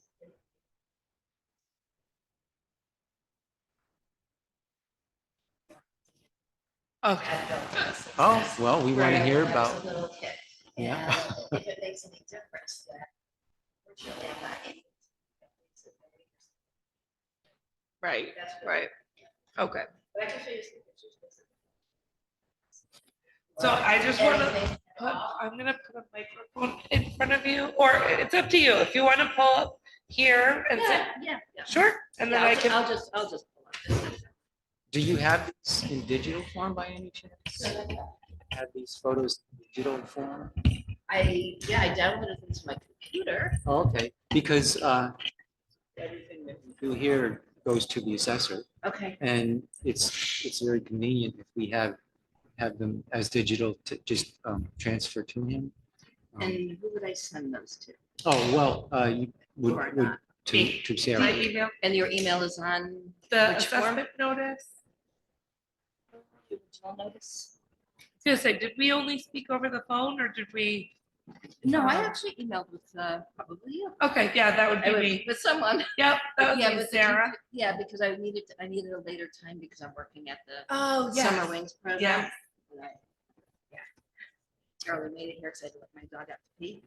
Okay. Oh, yeah, so that'll be great, because All right, I then he'll will, be able to look at them. Sure, won't yeah. be as soon as I get home. Oh, that's it. My- No my rush, daughter no has rush. a You have class. all week. She has a class tonight. She comes first. I should just check my phone and make sure I have the right place. All right.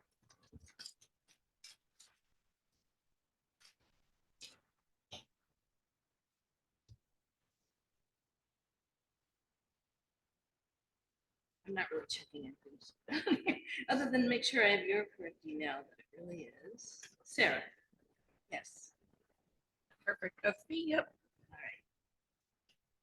All right, so by tomorrow evening, That's fine. Yeah. sometime after camp tomorrow evening, I'll send a copy of the letter and the photos, Okay, or at least a few of them. sure. I'm not sure how many they'll allow me to update. I may end up sending you multiple emails because. Another get thought what I I- was, what? Did I get her? Copy? Which one? Oh, I Oh. didn't get it off. Oh, okay. I didn't even notice.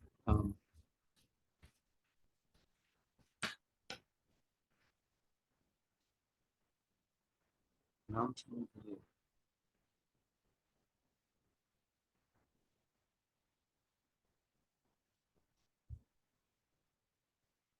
It makes my place look awful, those pictures. Well, But I mean, I just want, just to If you- show that it hasn't really changed since the sixties.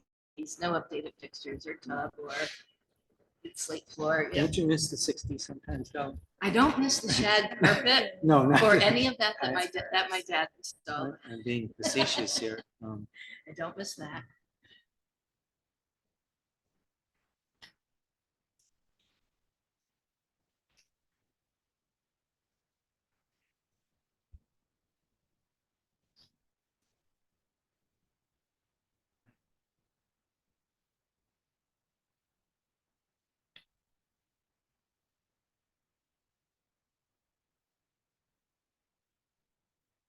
So it was built in 67.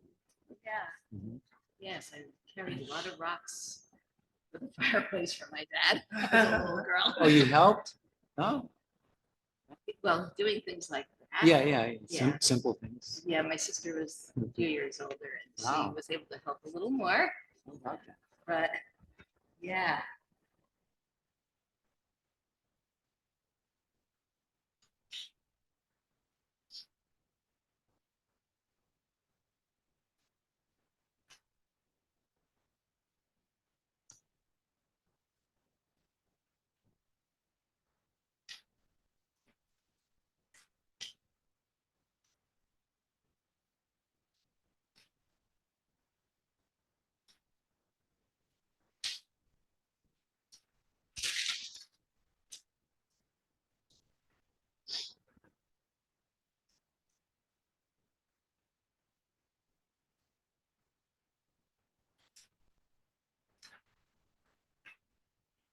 Was this a sketch of the house Oh, let me see. What oh, in here?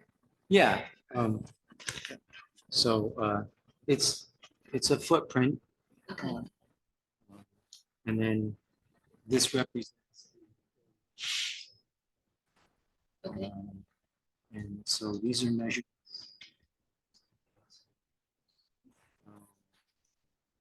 And then along is many details about mostly about the interior or exterior Okay. construction. So it's saying that you have bedroom, the room count is 8 rooms and four of which are bedrooms. Is that correct? If not, Yeah, what I you mean, call bedrooms? The is- very top floor has, you know how some of the chalets have the little slopey ceilings? Yeah, yeah, So there's two small rooms up there. One right. that my dad and I put a little closet kind of in, the other doesn't have one. And then there's the main bedroom on the main floor, so it's 3. And the basement kind of has a bedroom, Oh, kind of, yeah. okay. So. Yeah. kind of. Actually, I whatever's in the mean, like I said, basement, no closets or anything like Yeah. that down there, but, normally, yeah. The basement, anything below grade is considered negligible as far as valuation. The garage isn't down here. uh, And the reason I ask is because, It's a when detached garage? the last time somebody came and did an appraisal, whenever that was, I 2020? found out that it actually had been put down as having a 4-car garage, which definitely does not have a 4-car garage. It's a detached garage? Yes, Okay. And the dimensions on here say 24 by 24, for the Which- garage. yeah, which would not be a 4-car garage. No, Yeah, no. that's a 2-car I was garage. pretty Yeah, surprised. this, No. this little icon here, Mhm. it represents the garage. And then down here, it says DET garage. Yep. And reading across, that's the information for the garage. And Okay. it says 24 by 24, so. Okay. um, No, I just wanted, so that definitely was. Got at corrected. that time. Yeah, gee, I wonder, where did they get the idea that it's a 4-car garage? A human error. Yes. Anyway, so it's corrected. Okay. And then below that, on this column here, on the backside. Yeah. So the heating system is electric. That's, It was built with electric? It was built with electric, Okay, and I just have 2 direct vent propane, okay. one on the main floor Renai, and one in the basement. Renai brand? I, That's probably the most popular in That Vermont. I is- see it everywhere. that is, except one of them is not a Renai, and I don't know Oh, why. okay, Um, not that it I matters. think it's because I Um, wanted one that the pilot wouldn't go out when the power went out in my downstairs to keep my pipes from freezing. That's a plus. So, yeah. Yeah. So the one downstairs. Different. Are there heating? Does the lower level have electric baseboards as well? Yeah. Okay, but like you said, you don't really use the electric heat. I try not to. You're trying to, it's expensive, yeah. I'll just make a note. Yeah, so, right, the propane is. 2 volumes. Basically, it's primary source? It's basically space heat, so it's not like having central heat. Oh, I see.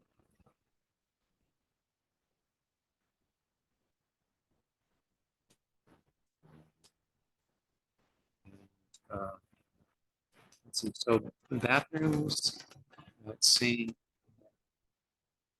Full baths, that would be, The upstairs has a tub. No closet or anything. It's tiny. Oh.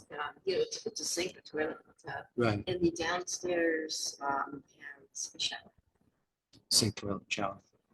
Okay, so that's seems to be correct on here. One up and one down. And are there two fireplaces or a There are two back-to-back? fireplaces. Okay. Yes. Are Main they- floor and the downstairs, the basement. Oh, so it's all in line? It's all in line. Yep. I don't use them because I need to have, Oh, so I never use them. I don't use them anyway. they just Fires? need, in order to be used, you probably have to have them checked out. I And would- yeah. Because it's been so many years since I used them.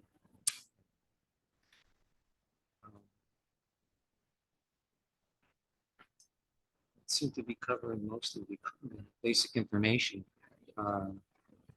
So there hasn't much, if any, modernization. No, I mean, I've done some floors, not, I put in some new windows over the years. Like, you know, like to like ones, replacement windows. How about the kitchen and the bathrooms? That's never, they've never been. Those are still, oh, Never. Yeah, well, they still Original. function, but yeah, original countertop, They're- it's made out, looks like linoleum, I can't think of what it's called, you know, Yeah. yeah. so they're pretty old fashioned. Well, and even the cabinets in the kitchen, which I do need to repaint, so this picture is really embarrassing. Oh. My dad built the kitchen cabinets. With leftover, shingles from the outside of the house. Yes, and that is a nice little. Yeah, I mean, he was not going to waste any money. Materials. So fun that people couldn't tell that they could have wanted to be company. Anyway. Yeah, they're still the original, made out of the shapes Wow. from the outside of the house.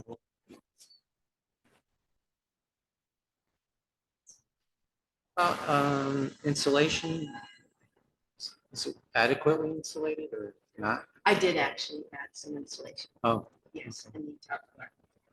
Yeah, like I said, it's a bad picture and they are not as dirty as in that picture, but they're made out of the old, yeah. Oh, out of yeah. the wood from the outside of the house.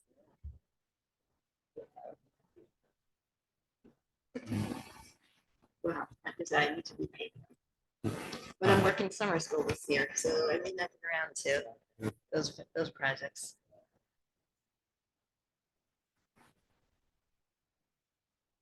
yeah, how's the deck?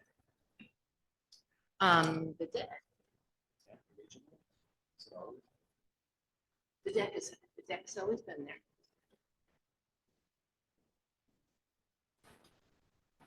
Man, I need to refinish it. Oh, yeah. You know, that, yeah, I definitely need to refinish. It's not like the house is going to fall down in front of me, but I need to, yeah, it's hard to find homes. Really hard to, I mean, yeah, it's hard to even hire somebody to come to do what they consider to be a small job. To me, it's a big job. To them, it's a small job.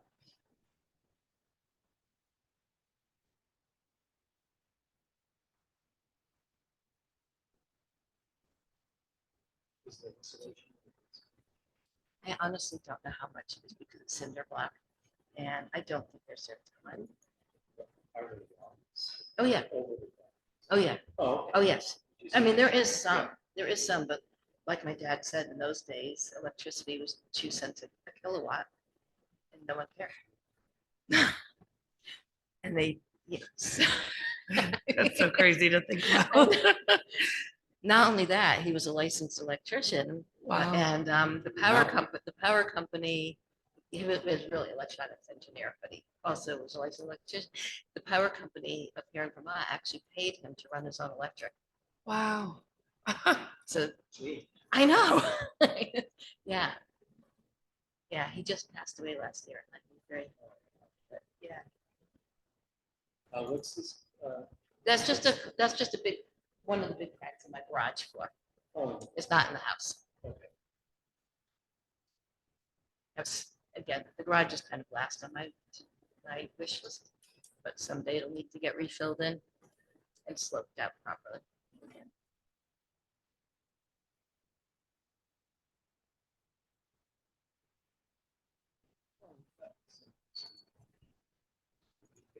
Okay. Yeah, and like I said, it's not like I really disagree with what you came up with. It's just in comparison to my, to neighbors. Does it make sense for you to keep it at this or to, lower it a little bit? Well, what will happen is. Okay. Goes to something, Mhm. we'll get some notice sometime.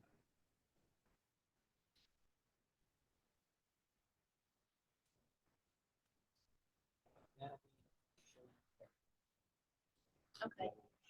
Okay. It won't go up, will it? Oh. I mean, it's like, No. I don't want it to go up.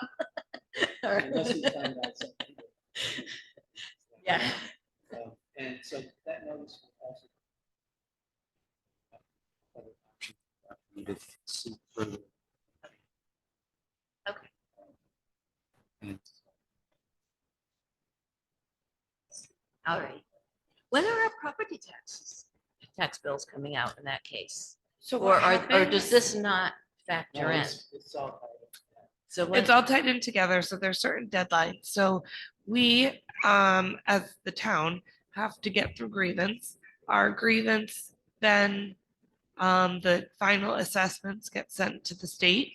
And so when the grievance hearings end, which we're hopeful that they will be wrapped up this Friday, Mhm. we send our final assessments to the state and they send back what rates we will have, and the town sets their mill rate, and then Mhm. they produce tax bills. So we're looking at probably still a couple more weeks out. And then once the bills go out, it's a 30-day before the first bill is due.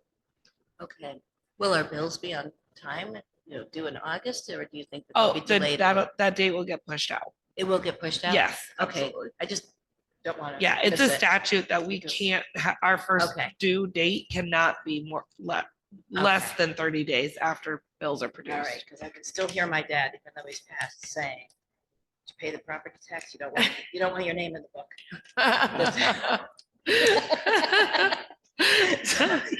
I don't want to miss it. Right.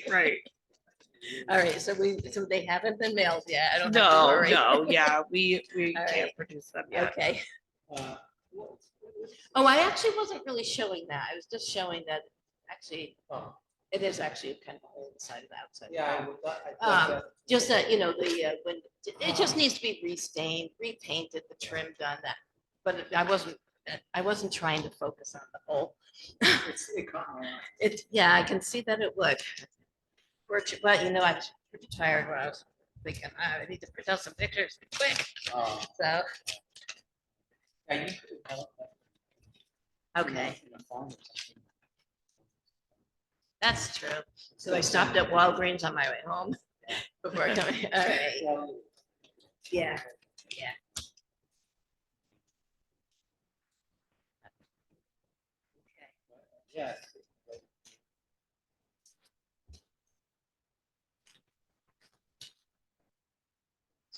Okay. All right. Yeah. Thank you. Well, Thank you. Yes. I grabbed these while I was waiting. I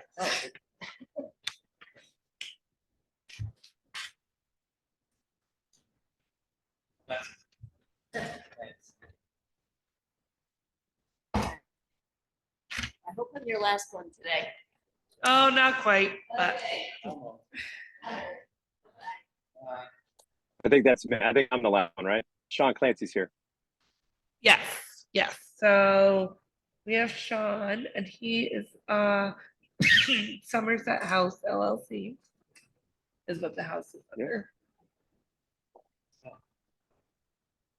That's our last one. Oh, that was. Yeah. Oh, yeah. So Sean has 4:30. All right. So I'm going to set a timer for us just to kind of keep us in a realm here. My name is Sarah, and there's Dan here he works with the assessor, Dan Bodwin. So he's going to be Very nice to meet you. compiling all the information and he'll send it back to the assessor who makes the final decisions on changes and such. So whenever you're I just want ready. to say thank you very much. My name. Yeah, perfect. Sarah, thank you for setting it up via Zoom. My apologies, I can't be there in person. So my name's Sean Clancy. So I'm the owner of 810 Plain, Unit 28. Can you guys hear me okay right now? Just checking. Yep, we can hear you Can just fine. Hear me? Sorry, perfect, sorry. So the property in question, I bought it in February of 21. My big thing was when I saw the assessment value come back with a jump, I just wanted to highlight, I sent 3 emails that were supporting documents. Dan, did you receive those emails?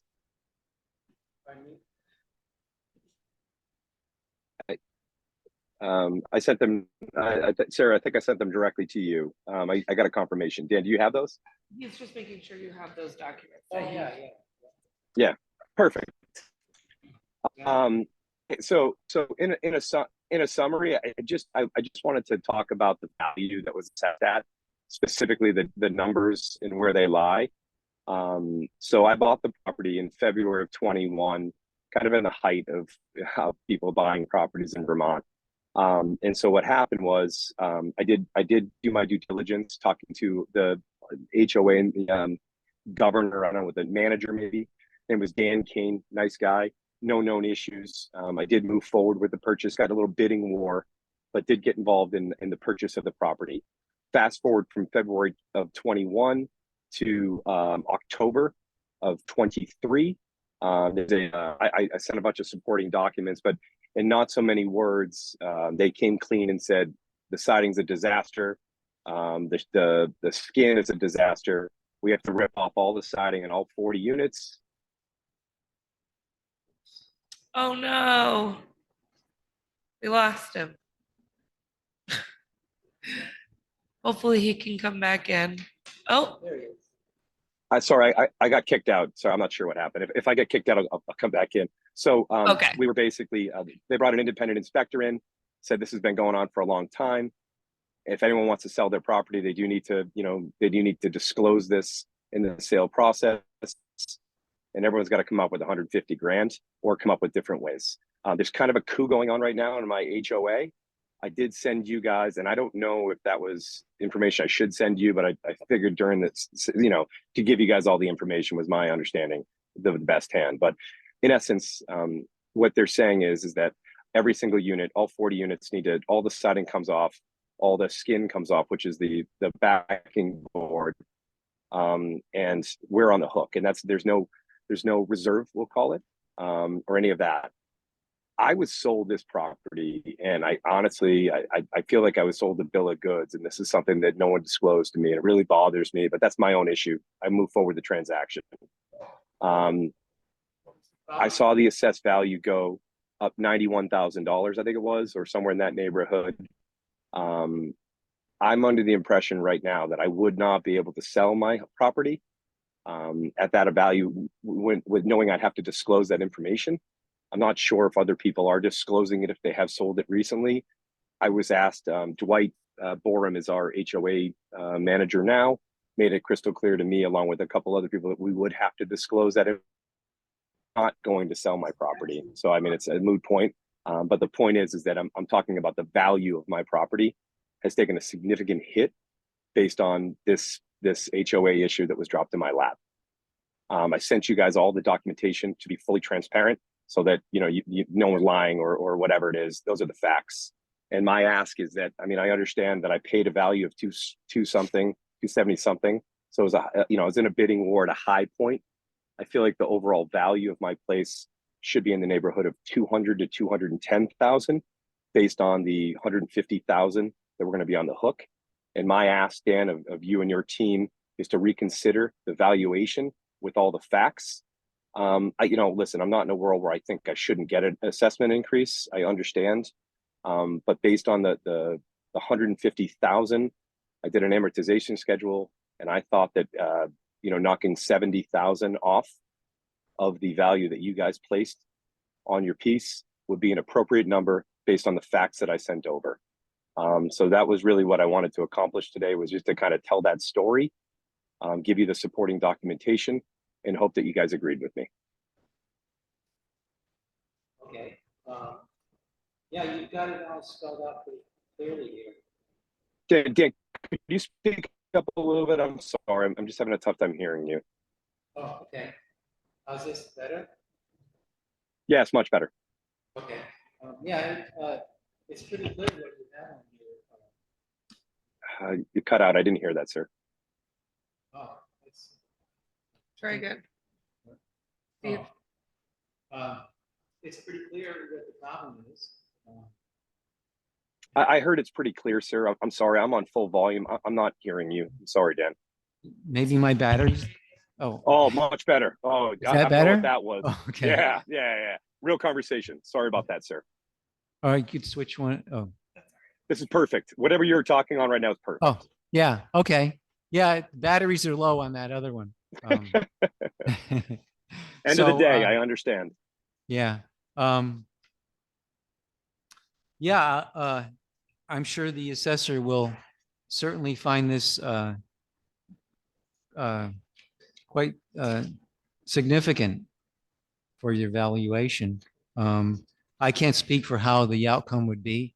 I'm just collecting the information for him. I'm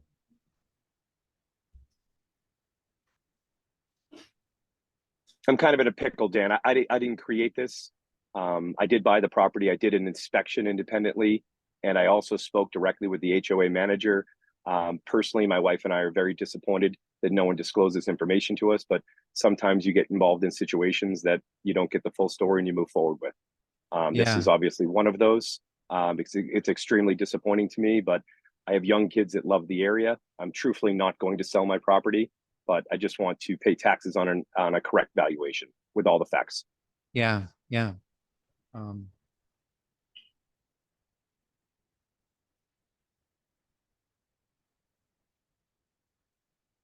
It says 150 on there. They already jammed me for 8,000 this year on a capital improvement as well. And then that is kind of hanging over my head without an end date on that one. There are people fighting it, but there's no solution. There's no money in there's no money left in the coffins of the HOA. So it is on the 40 units. So yeah, or not enough to cover this. SPS, I think, was the name of the consulting company. It's all on the, again, I don't know if those are confidential documents, but knowing the situation, I wanted to put them in your hands. They tell the whole story.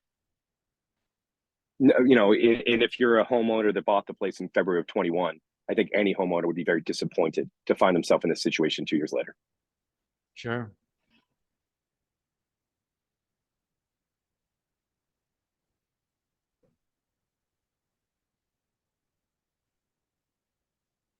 So the banks are an issue too, I guess, huh? If you read the whole thing, I think you're going to find more than a couple issues. So I'm just in a situation where I am just rolling with the tides, right? I'm not really in a position to do anything other than sit back and let this thing play out, unfortunately. Yeah. And I tried to go the route of my building's not as bad as everyone else's building. And it's all or nothing kind of, all for one. It's like the Three Musketeers, Oh. All 40 buildings need to be redone. Or all 40 units, rather. He may already be aware of this. I don't know, but certainly it's good that you're bringing it up for his attention. Yes, You know, look, I want to have my own relationship with the board here, you know, and so I just wanted to you know, get to you first and tell the story and, you know, fight my own fight. Yeah. Okay, well, so what will happen is he'll get this package of information and review your property. And at some point in approximately 2.5 weeks, you'll get a second notice, which will show what, if any, change was made. Okay. Even if there's no change, you'll still get a notice. And that will also give you information for seeking resolution with further methods with the town. So it's a matter of just waiting to see what he decides. And it certainly looks pretty serious. Yeah. Yeah, and then the big thing is, I just want to highlight, I have asked and I have been told by the committee and by the HOA that if I were to sell, I have to disclose. I don't believe that any sales recently have disclosed anything. Oh, And, really? I don't play that game. So I have that information. And if I were to sell my property, I feel that I'd be behooved to disclose that information. And that's the big thing. So when we're looking at assessed value, I just want to know that I have been instructed that if I was going to sell the property, I have to disclose that information. And I'm, you know, that's the hand I would play if I had to go down that road. And I think that's the right thing to do as well. Absolutely. Yeah, absolutely. It's unfortunate that people will take advantage that way. Well, okay, I guess. Again, I don't want to speak for other people. I'm still bent out of shape about not knowing it, not knowing about 2 years ago that someone didn't tell me that this was an issue. Yeah, it's terrible. Yep. Well, okay. But listen, thank you. Yeah, hey guys, if this goes nowhere, thank you for hearing me out. Right, I appreciate the opportunity to kind of express the facts. Dan, my question to you is: I know you're compiling the data. Is there a number that, or is there anything that you're going to recommend to him at this point, or are you just compiling the data and sending it through? Yeah, no, it's just a matter of getting these details to the assessor. It's basically what happens. Yep. Great. Okay. Okay. Well, thank you very much. So I'll look for those correspondence in the future, and my hope would be that would be the value would come in closer to 200,000. I think that would be appropriate based on the situation. And if you could note that in there, I would love that note in there. Thank you. I did. Yeah. Okay. Well, good luck with everything. Yeah, hey, it's a little luck we all need, right? A little luck we all need. Yeah. So thank you very much. I appreciate the opportunity to shoot this. And hey, I think we're all done for the day at this one. So thank you very much, guys. And you're welcome. Have a great day. Thank you very much. You're welcome. You too. Thank you. Bye. Bye-bye. Geez, what a mess. Yeah, sounds like it. 40 units. Have you heard about that at all? Have you heard about that at all? I don't believe I have anybody else. 10, 15. Actually, I may have one other person.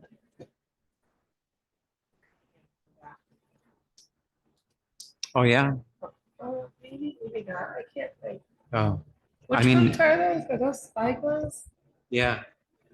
I'd be a little surprised if nobody else was coming. Oh.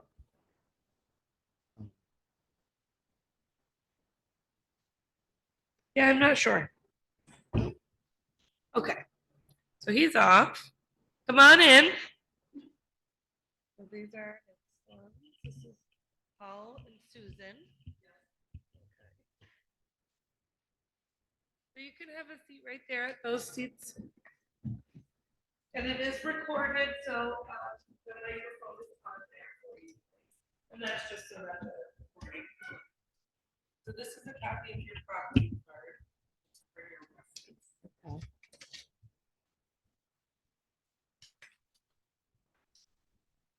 And you're our last one for today, so Feel free to start whenever you'd like. She says, feel free to talk whatever you want. My name is Dan Bodwin. I work for the assessor. So when we do the hearing here, I take notes and pass on any information that you bring us to him. Okay, well, this, when we took over my father's camp, we had it appraised. Oh, She had told us 35, but on this, it said it was 40 to 1 because it's on lease land oh, okay. and we don't have running water all year round.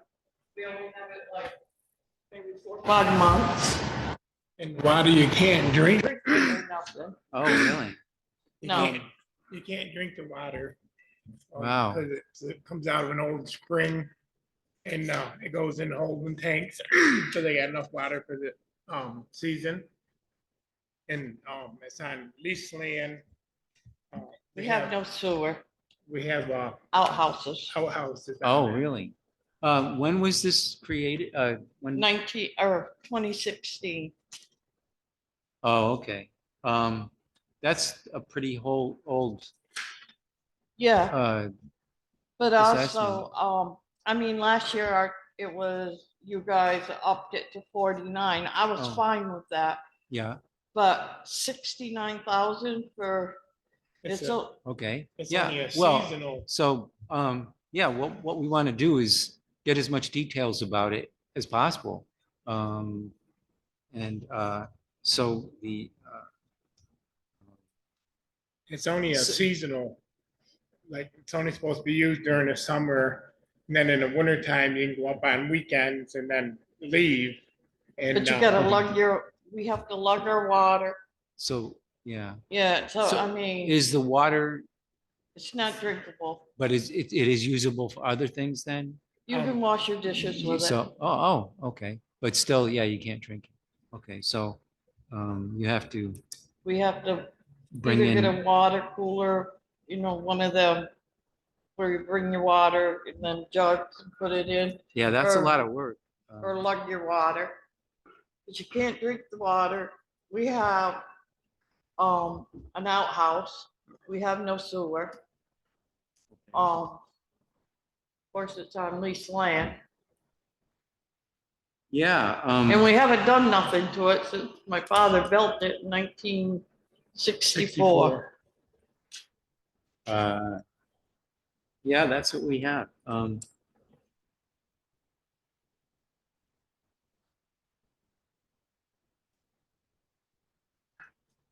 So was it always leased land? Yeah, Yeah, it's okay. always leased land. it's The Southern Vermont Boating Club. Oh, the lease is up in 2065. oh, okay. So they they need to in 2065 they're gonna renew the lease again. Okay. I probably won't be around then, but So it's Southern Vermont Boating Club? Yes. Okay. My brother's coming on Wednesday too, so Oh, okay. Yeah, I was gonna ask you if there were if anybody else from there was gonna be coming in. Is yeah. it a similar situation? Yeah, Yeah. all the camps are on leased land. Some of them do have sewer, Oh, holding okay. tanks and that. Cisterns or something? Yeah. Yeah. Ours don't. I mean, there's quite a few that don't. yeah, there's more don't that does. Okay. Has the lease amount changed over the years? Has it gone up or down or No, no? we don't pay lease. No, they leased it for 100 years. Oh, so it's not No. something that's done once every year. No, Okay. It was the lease is for 100 years, so it was what 18. I don't know when it was. It was before my time. It's 2065, so Yeah. it'd be 1965. I guess they leased it. Okay, No, it had been before then. Camp was built in 64. So maybe the lease runs out sooner.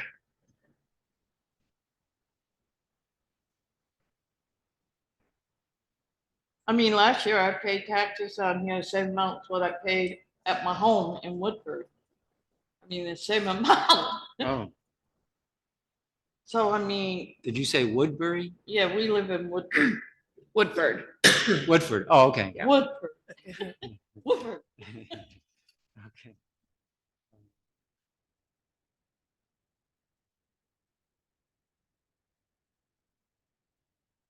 Yeah, and when she did the thing on it, she did a survey on buildings in Searsburg and I have comparisons here if you Oh. need them.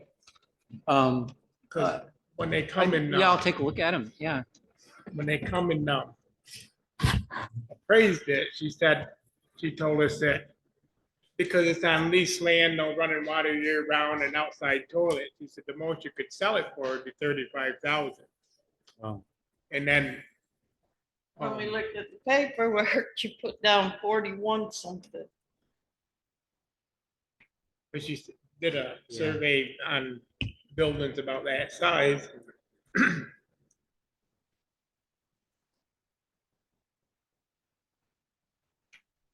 This was the same person that did the, This- Yeah, this here at Yeah. at the same time? yeah. Yeah, okay.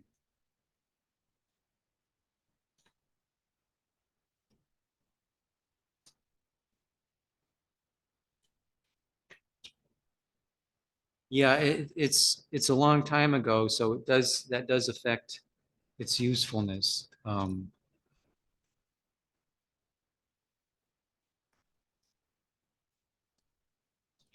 And you don't have any plans to sell it, right? Or try to sell, you don't have any plans to try to sell it. You're selling it, No. right? Yours. No, it's gonna stay in the family. Are you aware of other ones being sold? In Yeah, there was others sold up there, but I don't know how much. recent years? Well, my brother sold one, I think for 35, about the same size as the one we got. And then there was another one up on top of the hill. I don't know how much that went for, In recent years? just recently, Really? within the last year. Oh, okay. Well, that would be something that the assessor Well, my could, brother will be here on look up. Wednesday, so. okay. Oh, well, yeah. But yeah, that's something that's easily looked up in the town's records. That would be relevant and important.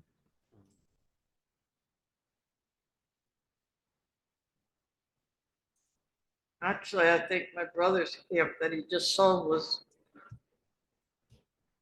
I liked it a lot. It had a porch, a screen porch and all that, where Oh. mine don't. Well, it looks like, do you recall someone coming to visit, to inspect the house? What? Did someone come to the house in 2019? For what? That was the last time there was a reappraisal in town, in 2020. No.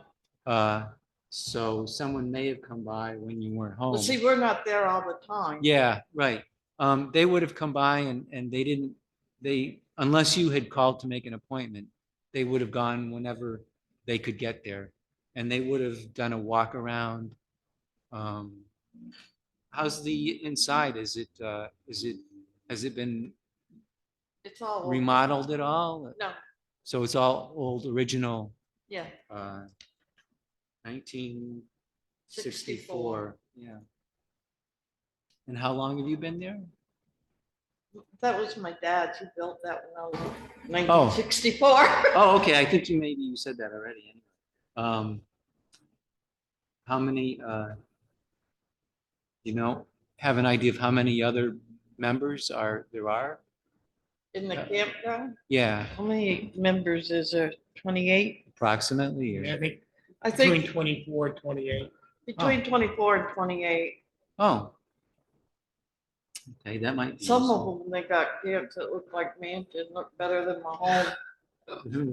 Yeah, our nephew got a camp, it's all log cabin front and everything, you know, all the way around it. And, he was paying the same amount of taxes we were on our old shack. Oh, really? And then he just said that they appraised his at 101,000. And then they, appraised his brother's house at 150, or camp at 159,000. That's a big difference. I think the younger one will be coming. Okay, yeah.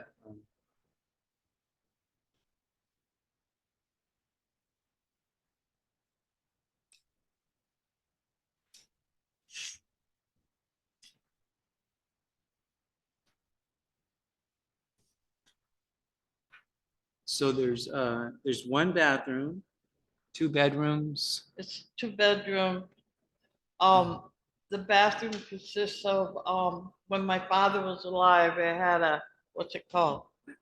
It was a burnable, Toilet, but toilet. we don't use that.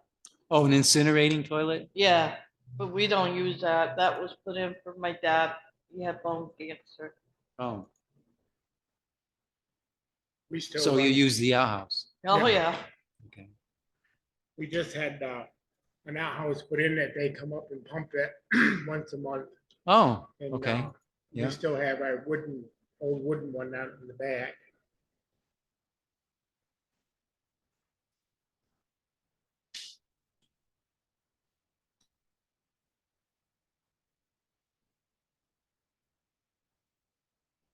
Why don't you use the incinerating toilet? What? Why is it that you don't use the incinerating toilet? Because it, you have to have paper and stuff to put in that. Oh, it's special, to Yeah. burn it.